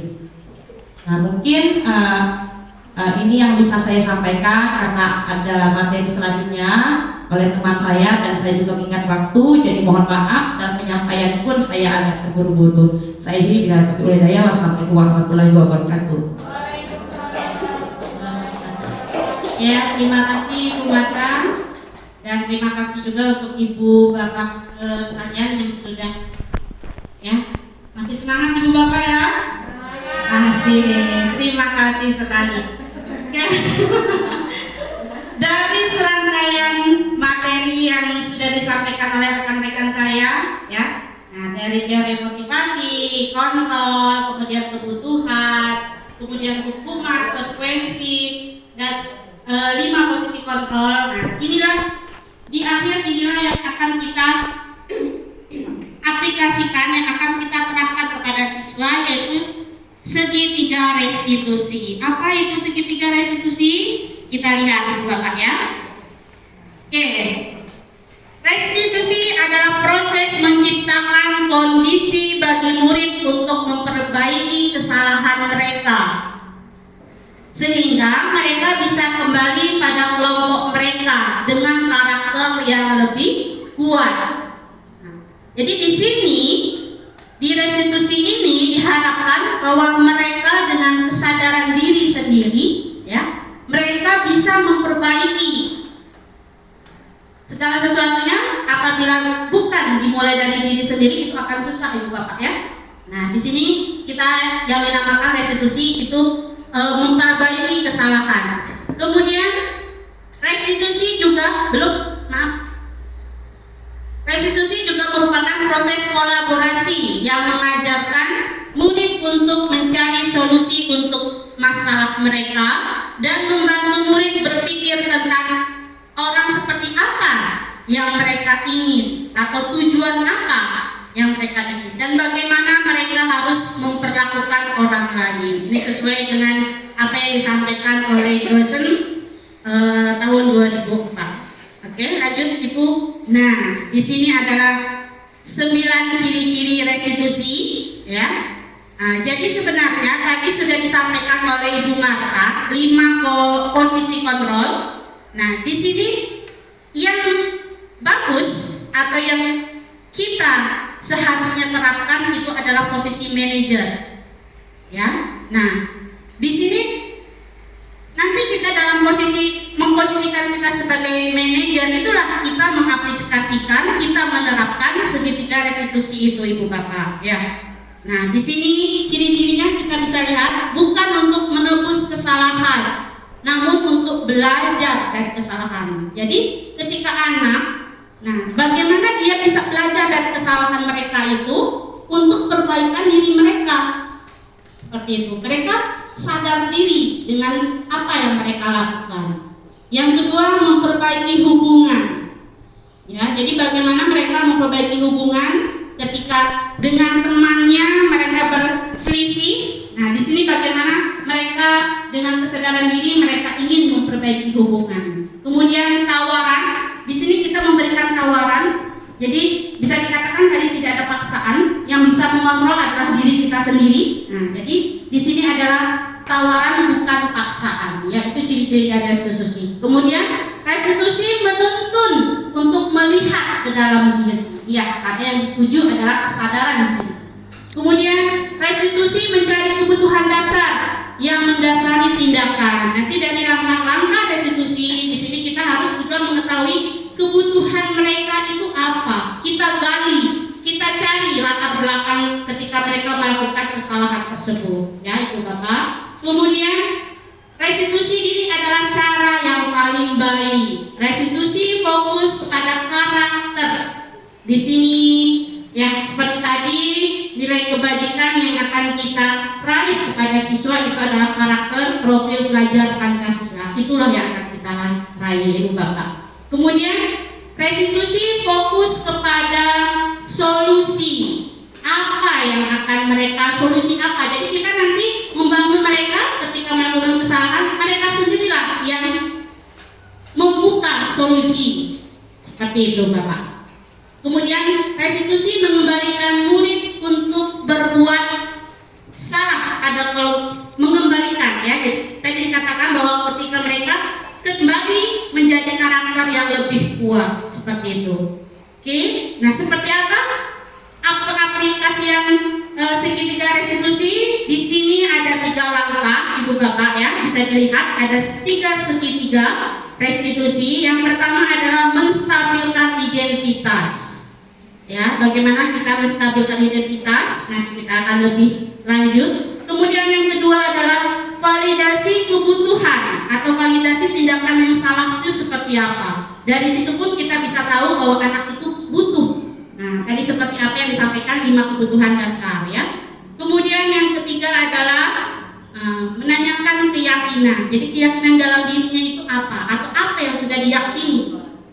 Itu nanti berkaitan dengan keyakinan kelasnya. Jadi ini saling berkaitan Ibu Bapak ya. Oke, kita lihat satu persatu. Nah, di sini menstabilkan identitas. Ketika anak sudah melakukan kesalahan, nah, ketika kita, Ibu mungkin Bapak sudah pernah menerapkan ya, bagaimana posisi anak ketika kita panggil.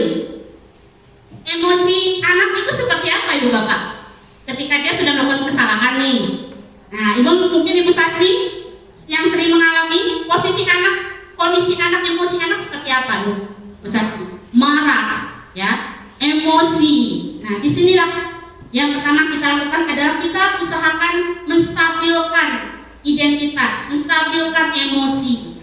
Nah, ketika kita tidak bisa menstabilkan, ya, nah, yang ada apa yang kita katakan itu akan hilang, seperti itu. Ya, jadi kita istilahnya ngangkat dulu anak, istilahnya seperti itu. Kita ambil dulu ini anak. Jadi di sini bisa kita lihat, ya, apa yang bisa dikatakan oleh guru. Berbuat salah itu hal yang manusiawi, nah, misalnya. Ya, kita semua pernah berbuat salah. Ya, tidak ada anak, tidak ada manusia yang sempurna. Bapak Ibu juga pernah salah, seperti itu. Ya, kita pasti bisa menyelesaikan permasalahan ini. Kemudian ada juga bisa kita katakan Bapak tidak tertarik untuk mencari tahu siapa yang benar. Ya, tetapi Bapak lebih tertarik atau Ibu lebih tertarik untuk menyelesaikan masalah ini. Seperti itu. Jadi kemudian yang terakhir, kalau kamu menyalahkan dirimu terus menerus, apakah kamu bersikap baik pada dirimu sendiri? Nah, ini adalah kata-kata yang bisa kita pakai, ya. Nah, kita raih dulu emosi, kita stabilkan dulu bahwa kamu sudah berbuat salah.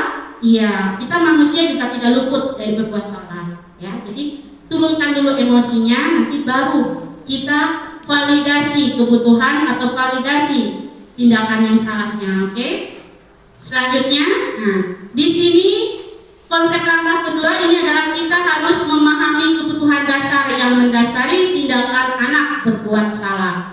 Apa yang diperlukan adalah kita memahami alasan melakukan hal tersebut sehingga anak merasa dipahami. Jadi ketika anak sering datang terlambat, nah tadi kalau diposisikan, kalau kita posisi kontrol menghukum, apa yang akan ada? Akan dendam ibu bapak ya. Mungkin anak itu akan benci dengan kita. Tetapi ketika kita terapkan segitiga restitusi, kita cari alasan, kebutuhan anak itu apa sih kebutuhan yang diinginkan. Mungkin yang kasus Juanda itu ya seperti yang tadi sudah dijelaskan, mungkin sebenarnya itu butuhlah kasih sayang. Sebagaimana kita kan sudah tahu tuh latar belakang. Jadi di sini pun ketika anak berbuat sesuatu, kita cari dulu latar belakang itu apa. Ya, kita harus bisa memposisikan kita sebagai guru adalah sebagai manajer, ya. Nah, di sini kata-katanya yang bisa ibu bapak gunakan, kamu bisa saja kan melakukan hal yang lebih buruk, tapi kamu tidak melakukannya. Kamu pasti punya alasan mengapa melakukannya. Jadi di sini kita gali, nah ya, Bu ya, ibu bapak ya. Apa yang penting bagi kamu? Kamu boleh tetap berusaha menjaga sikap itu, tapi tambahkan sikap yang lain, yang baru. Seperti itu. Kemudian maukah kamu belajar cara lain untuk mendapatkan yang kamu butuhkan tanpa harus memukul? Ya. Kemudian apakah kamu bisa melakukan dengan lebih baik besok lagi? Atau apa? Apakah kamu mau memperbaiki kesalahan yang kamu lakukan? Jadi di sini kita lihat, kita cari. Nah ya, ketika anak sudah mengakui apa kesalahannya, tidak kita langsung marah, tapi kita cari validasi tindakan salahnya. Lihat, cari latar belakangnya. Ya. Kemudian yang ketiga itu adalah menanyakan keyakinan. Tadi kita sudah belajar tentang keyakinan kelas. Nah, ketika kita nanti memanggil anak, kita bisa kaitkan dengan keyakinan kelas apa yang kita yakini. Kita bawa anak untuk meyakini apa yang dia lakukan itu salah. Nah, keyakinan dirinya, keyakinan kelasnya apa ya ini. Kemudian kita cari solusi. Di sini lebih baik bukan kita guru yang mencari solusi, tetapi anak bangun. Ya, anak itu apa solusi yang dibutuhkan ketika anak berbuat. Karena dengan begitu akan muncul kesadaran dirinya. Ya, di sini bisa kita katakan apa nilai yang kita percaya di dalam kelas kita. Nilai-nilai universal apa yang telah kita sepakati? Atau kelas yang ideal itu seperti apa sih? Kamu ingin jadi anak seperti apa? Apa yang kamu rasakan ketika kamu melakukan itu? Kamu ingin menjadi seperti apa? Nah, seperti itu Bu. Jadi nanti di sini ini tidak terpaku dengan yang ada di sini Ibu Bapak ya. Kita bisa kembangkan ya. Ketika kita menanyakan keyakinan, nah, kita bisa kembangkan. Tahu karena ya keyakinan kelas kita. Ya, coba apa yang kamu lakukan? Misalnya kamu terlambat, apakah itu sesuai dengan keyakinan kelas kita?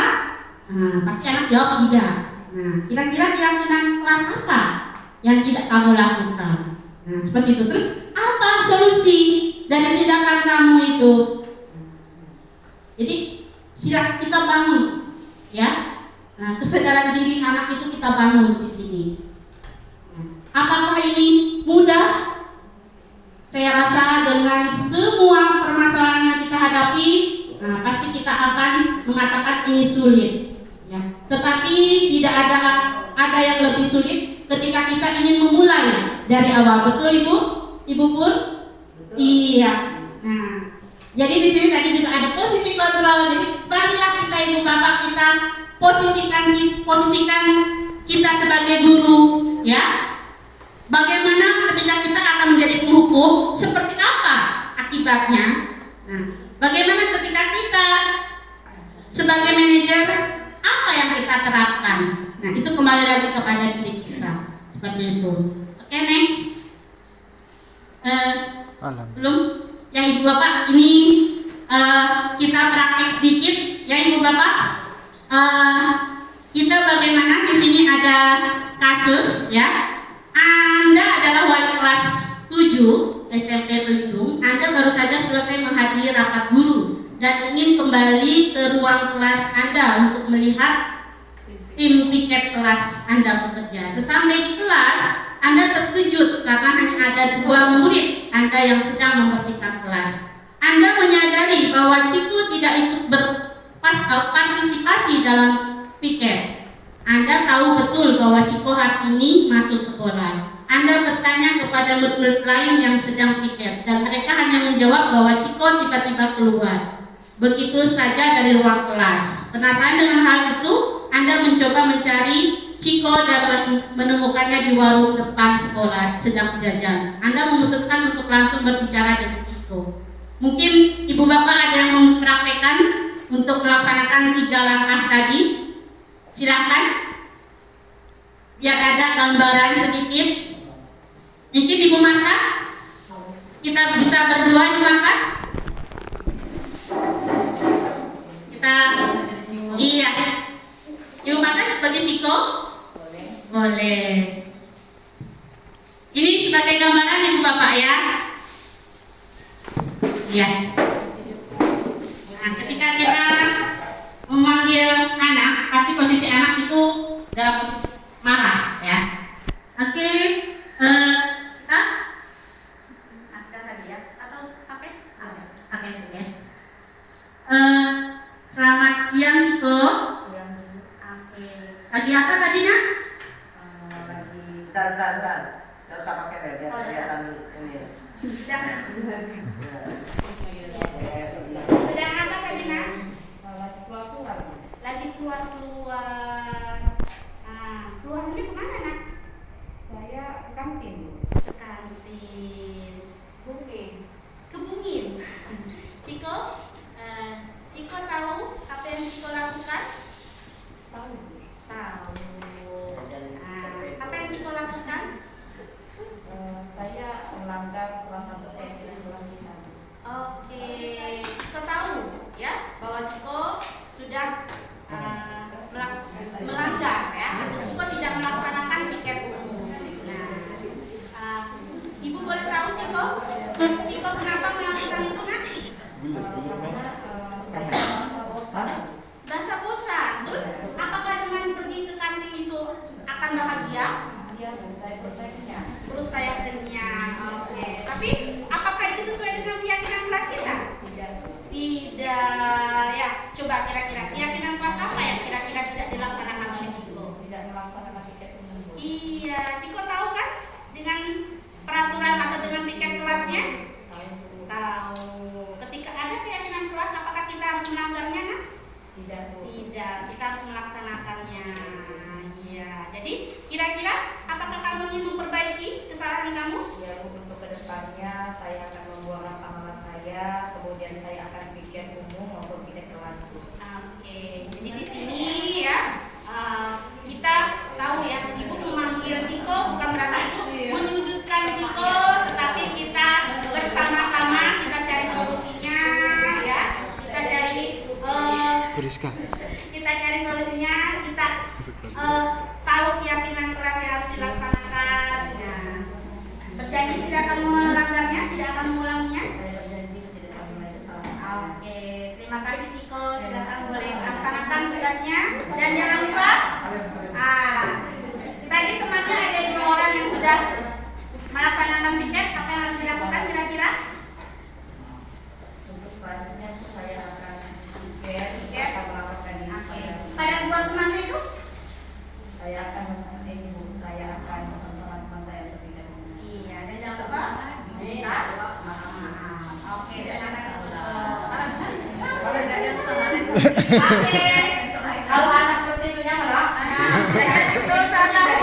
Iya, ya. Maaf. Itu ibu bapak secara garis besarnya yang bisa kita lakukan dari segi bicara diskusi.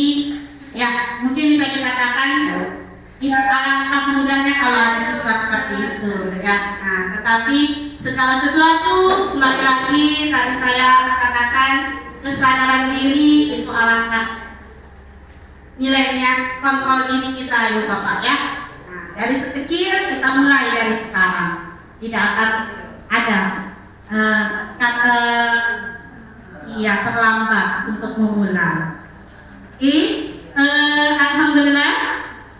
Iya, kita sudah dari penghujung dari 5 materi yang sudah kami sampaikan. Sebelum materi kita tutup, di sini mungkin ibu bapak ada yang mau mengajukan pertanyaan, silakan. Mungkin 1 atau 2 pertanyaan ya terkait apa yang dari awal yang Pak Novi sampaikan sampai saya sampaikan. Silakan, ada yang mau bertanya atau memberikan pendapatnya. Oke, silakan Ibu Murni.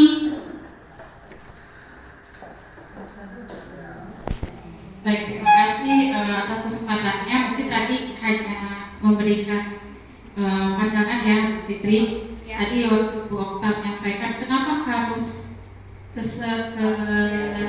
keyakinan kelas. Mungkin ada tambahan sedikit. Kalau dulu kan kita biasanya tadi mungkin mau disampaikan oleh Bu Okta, tapi terlupakan, terlewat.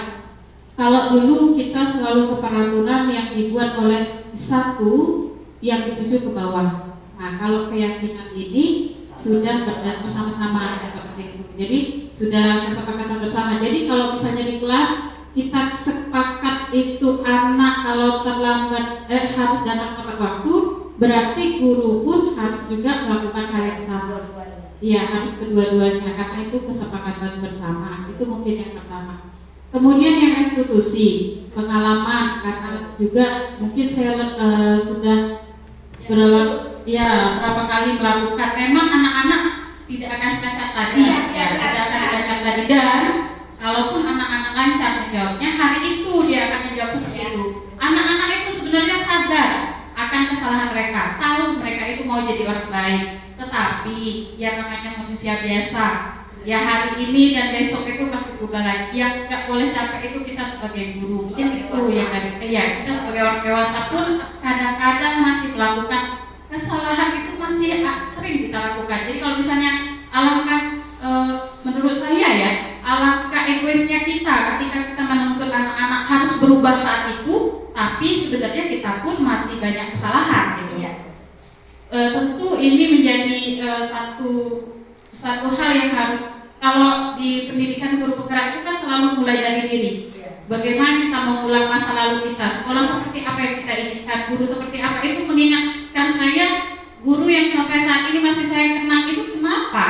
Nah, itulah harapan saya, mungkin perubahan yang mau saya lakukan walaupun belum sempurna. Kalau dulu matematika itu menakutkan, saya berusaha untuk supaya saat ini menjadi lebih menyenangkan gitu. Nah, inilah segitiga restitusi ini memang tidak bisa kita lihat dalam waktu yang singkat perubahannya. Tapi kalau misalnya bisa menyentuh ke hati anak, ya saya kalau sekarang Bapak Ibu, Ridwan itu yang alumni kita yang dulu saya sangat menjengkelkan sekali melihatnya, Ridwan alumni. Kalau sekarang apa-apa selalu lapor, Bu, saya lagi latihan, Bu, doakan saya, mau ikut suratin dan sebagainya, itu selalu dikasih tahu. Jadi saya seperti, oh ini ternyata yang kita rasakan itu tidak satu hari gitu Bapak Ibu ya. Ya itulah mungkin Ibu Pur sudah lama pengalamannya jadi guru ya. Aduh jadi haru karena saya merasa kalau misalnya kita fokus sama satu kesalahan anak pada saat itu dan berharap mereka berubah saat itu, kita terlalu egois. Mungkin itu dari saya, Bapak Ibu, semangat untuk CGP Angkatan 9, mudah-mudahan berhasil dan kita membawa perubahan yang lebih baik untuk pendidikan kita. Terima kasih. Terima kasih Bu Murni, benar sekali bahwa segala sesuatu ya mungkin simpel ya, mungkin anak kita jauh, itu enak kalau kayak tadi diterangkan. Nah, tetapi segala sesuatu kalau tidak dimulai, dari sekarang, ya apalagi tugas kita itu menuntut. Nah, mungkin bukan tugas mungkin bukan kita, tetapi masih ada mungkin nanti di SMA. Seperti itu. Tapi ketika kita mulai dari sekarang, insya Allah apa yang kita laksanakan itu akan menjadi nilai untuk mereka di kemudian hari. Oke, mungkin ya sedikit arahan dari Ibu pun silakan.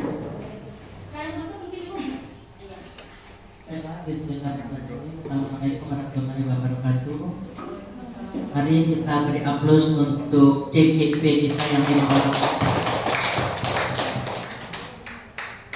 Sebenarnya mungkin saya ingin mengungkapkan kepada Bapak Ibu, ya, ada di antara Bapak Ibu itu yang meskipun bukan CGP, bukan GP, tapi dia sudah jauh lebih melaksanakan apa yang disampaikan di sini. Ya. Jadi saya sedih sebenarnya, ya. Mendekati siswa, mendengarkan suara keluhan siswa, ini adalah membuka kedekatan siswa dengan kita. Jadi kita mudah masuk, ya, mudah masuk. Ini dilakukan oleh Pak Bambang. Beri tepuk tangan dulu. Jadi anak-anak belum tentu jujur mau ngomong dengan saya atau dengan Bapak Ibu guru yang lainnya. Kalau Bapak Ibu tidak membuka, ya, saya tidak mau masuk itu.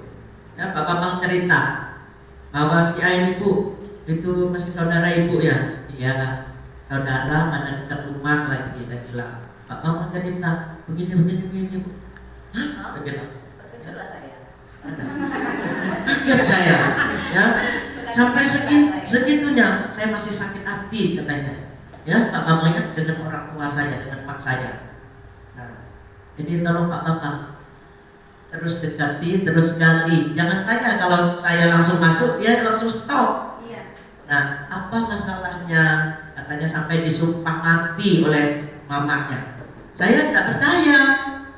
Ya, masa saya kenal dengan mamanya. Nah, ini menjadi masih tanda tanya bagi saya. Benar enggak? Ya? Apakah dia salah anak itu? Karena pas digali Pak Bambang, anak itu kesiangan bangun. Memang mamanya itu disiplin sekali untuk sholat, ya, sholat itu. Apakah anak itu karena kesiangan bangun mamanya ngomong, kelak ikak mati, kena siksa? Bisa jadi seperti itu. Tapi anaknya mungkin salah nangkep. Dia bilang saya disumpah mati katanya, ya, oleh mamanya. Saya karena yang buka itu Pak Bambang, jadi tidak saya lemparkan ke guru BK. Inilah Bapak Ibu, tidak semuanya harus guru BK. Ya, hasil yang saya nanti kita sosialisasi karena ini masih banyak waktu untuk yang lain-lainnya. Saya belum sempat sosialisasi. Nanti akan saya buka semuanya bahwa guru yang lain pun punya kewajiban dan tanggung jawab. Nah, alangkah bagusnya teori ini. Itu. Tapi kalau dia hanya sekedar teori, tidak dipraktekkan, tidak ada gunanya. Seperti yang terakhir disampaikan Bu Murni dan sebut apa itu namanya ya, slogan atau apa itu di program penggerak ini, mulai dari diri, ya, mulai dari diri kita. Di situ juga saya sulit juga mau berharap dengan siswa yang terlalu banyak, ya kan? Begitu saya lihat, ya, guru-guru TU juga masih ada juga, ya. Anak itu enak kalau dia langsung protes, kita ketawa. Tapi kalau dia diam, pendem, tiba-tiba membangkang, ya kan? Tiba-tiba ada ini, karena dia takut. Satu lagi Bapak Ibu, terakhir, saya sudah menyediakan kotak pengaduan, ya. Jadi semua anak, semua Bapak Ibu, semua kita ini boleh ngisi di situ. Tapi satu tujuannya untuk perbaikan, bukan untuk menjatuhkan kawan, ya. Maka tidak perlu dituliskan namanya, ya. Saya tahu tulisan siapa, ya kan? Bapak Ibu juga tahu siswanya tulisan siapa, yang bunyi-bunyi kiranya ngomong seperti ini siapa, ya kan? Jadi tolong Bapak Ibu, masih penting dia hanya masuk kotak pengaduan. Kalau dia masuk kotak paguyuban, selesai kita, ya, keluar.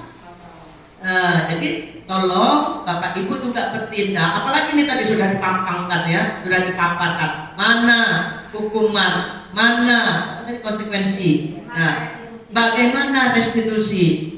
Jadi kita tinjau ulang peraturan kita yang lebih banyak kepada hukuman misalnya. Ya, kita perbaiki tidak masalah. Ya, tapi itu tadi katanya butuh waktu, butuh proses.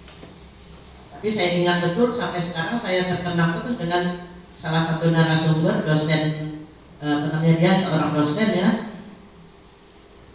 Banyak yang sudah baik, yang sudah benar kita lakukan. Ya, boleh tidak Bu diskon? Boleh. Boleh tidak Bu dipanggilkan polisi? Boleh. Ya. Nah jadi kemarin Juanda dengan ini kita boleh, tapi kayaknya harus kita perbaiki.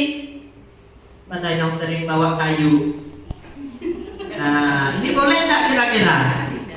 Hah? Kalau tidak boleh, stop. Ya, boleh tidak langsung datang-datang? Nah, tidak boleh. Ya, apalagi anak zaman sekarang. Mungkin kalau anak dulu masih lah ya kita ya. Tapi anak zaman sekarang tidak boleh. Sudah beda sekali. Ya. Alhasil, mohon maaf ya. Sampai sekarang ada siswa yang tidak masuk lagi. Di siapa? Adril ya. Adril. Nah, ini mungkin kalau boleh dikatakan ada bagiannya dosa kita ya. Kalau kita mau lihat sekarang Bapak Ibu perkembangan pendidikan sekarang ini. Nah jadi melalui CGP, melalui GP ini sudah 7 orang loh ya. Saya sangat berharap mulailah dari yang CGP, GP ini. Yang sudah melakukan terima kasih dan lanjutkan. Ya, jadi Bapak Ibu, anak-anak itu tadi punya kontraknya sendiri ya kan, kita kenali, ikutilah. Kalau kemarin kita masih lah ya. Tangan kita tuh, sekarang tidak perlu lagi. Terakhir Bapak Ibu, kalau masih ada penolakan di hati kita, minimal yuk kita coba dulu, benar tidak kata orangnya, benar dah, ada tak hasilnya. Nah, tugas Bapak Ibu sebelum kita PLO nanti ya, tugas Bapak Ibu identifikasi tolong yang sudah kita lakukan selama ini, yang baik-baik tadi tolong kumpulkan, daftarkan dulu ya, apa saja disiplin positif yang sudah Bapak Ibu kerjakan. Mungkin keyakinan kelas ya, keyakinan kelas rata-rata sudah ya. Nah selain itu apa lagi, karena ini akan saya laporkan sudah ya. Jadi kami atau guru-guru yang lain yang masih belum benar-benar tahu, boleh nanya ini narasumber kita ya di sekolah ini. Mungkin itu saja, lebih dan kurangnya saya mohon maaf. Saya berharap kita semua seperti kata Bu Fitri tadi, tidak ada kata terlambat, tapi mulailah dari diri sendiri dulu. Mungkin itu saja. Kepada Allah mohon ampunannya, saya akhiri. Langsung kita tutup ya. Marilah kita tutup kegiatan apa ini? Diseminasi budaya positif oleh CGP kita pada hari Sabtu tanggal 21 ya, 21 Oktober ini. Kita tutup dengan ucapan hamdalah secara bersama-sama. Alhamdulillahirabbil alamin. Semoga ada manfaatnya dan banyak manfaatnya bagi kita. Berikan aplaus sekali lagi. Wassalamualaikum warahmatullahi wabarakatuh.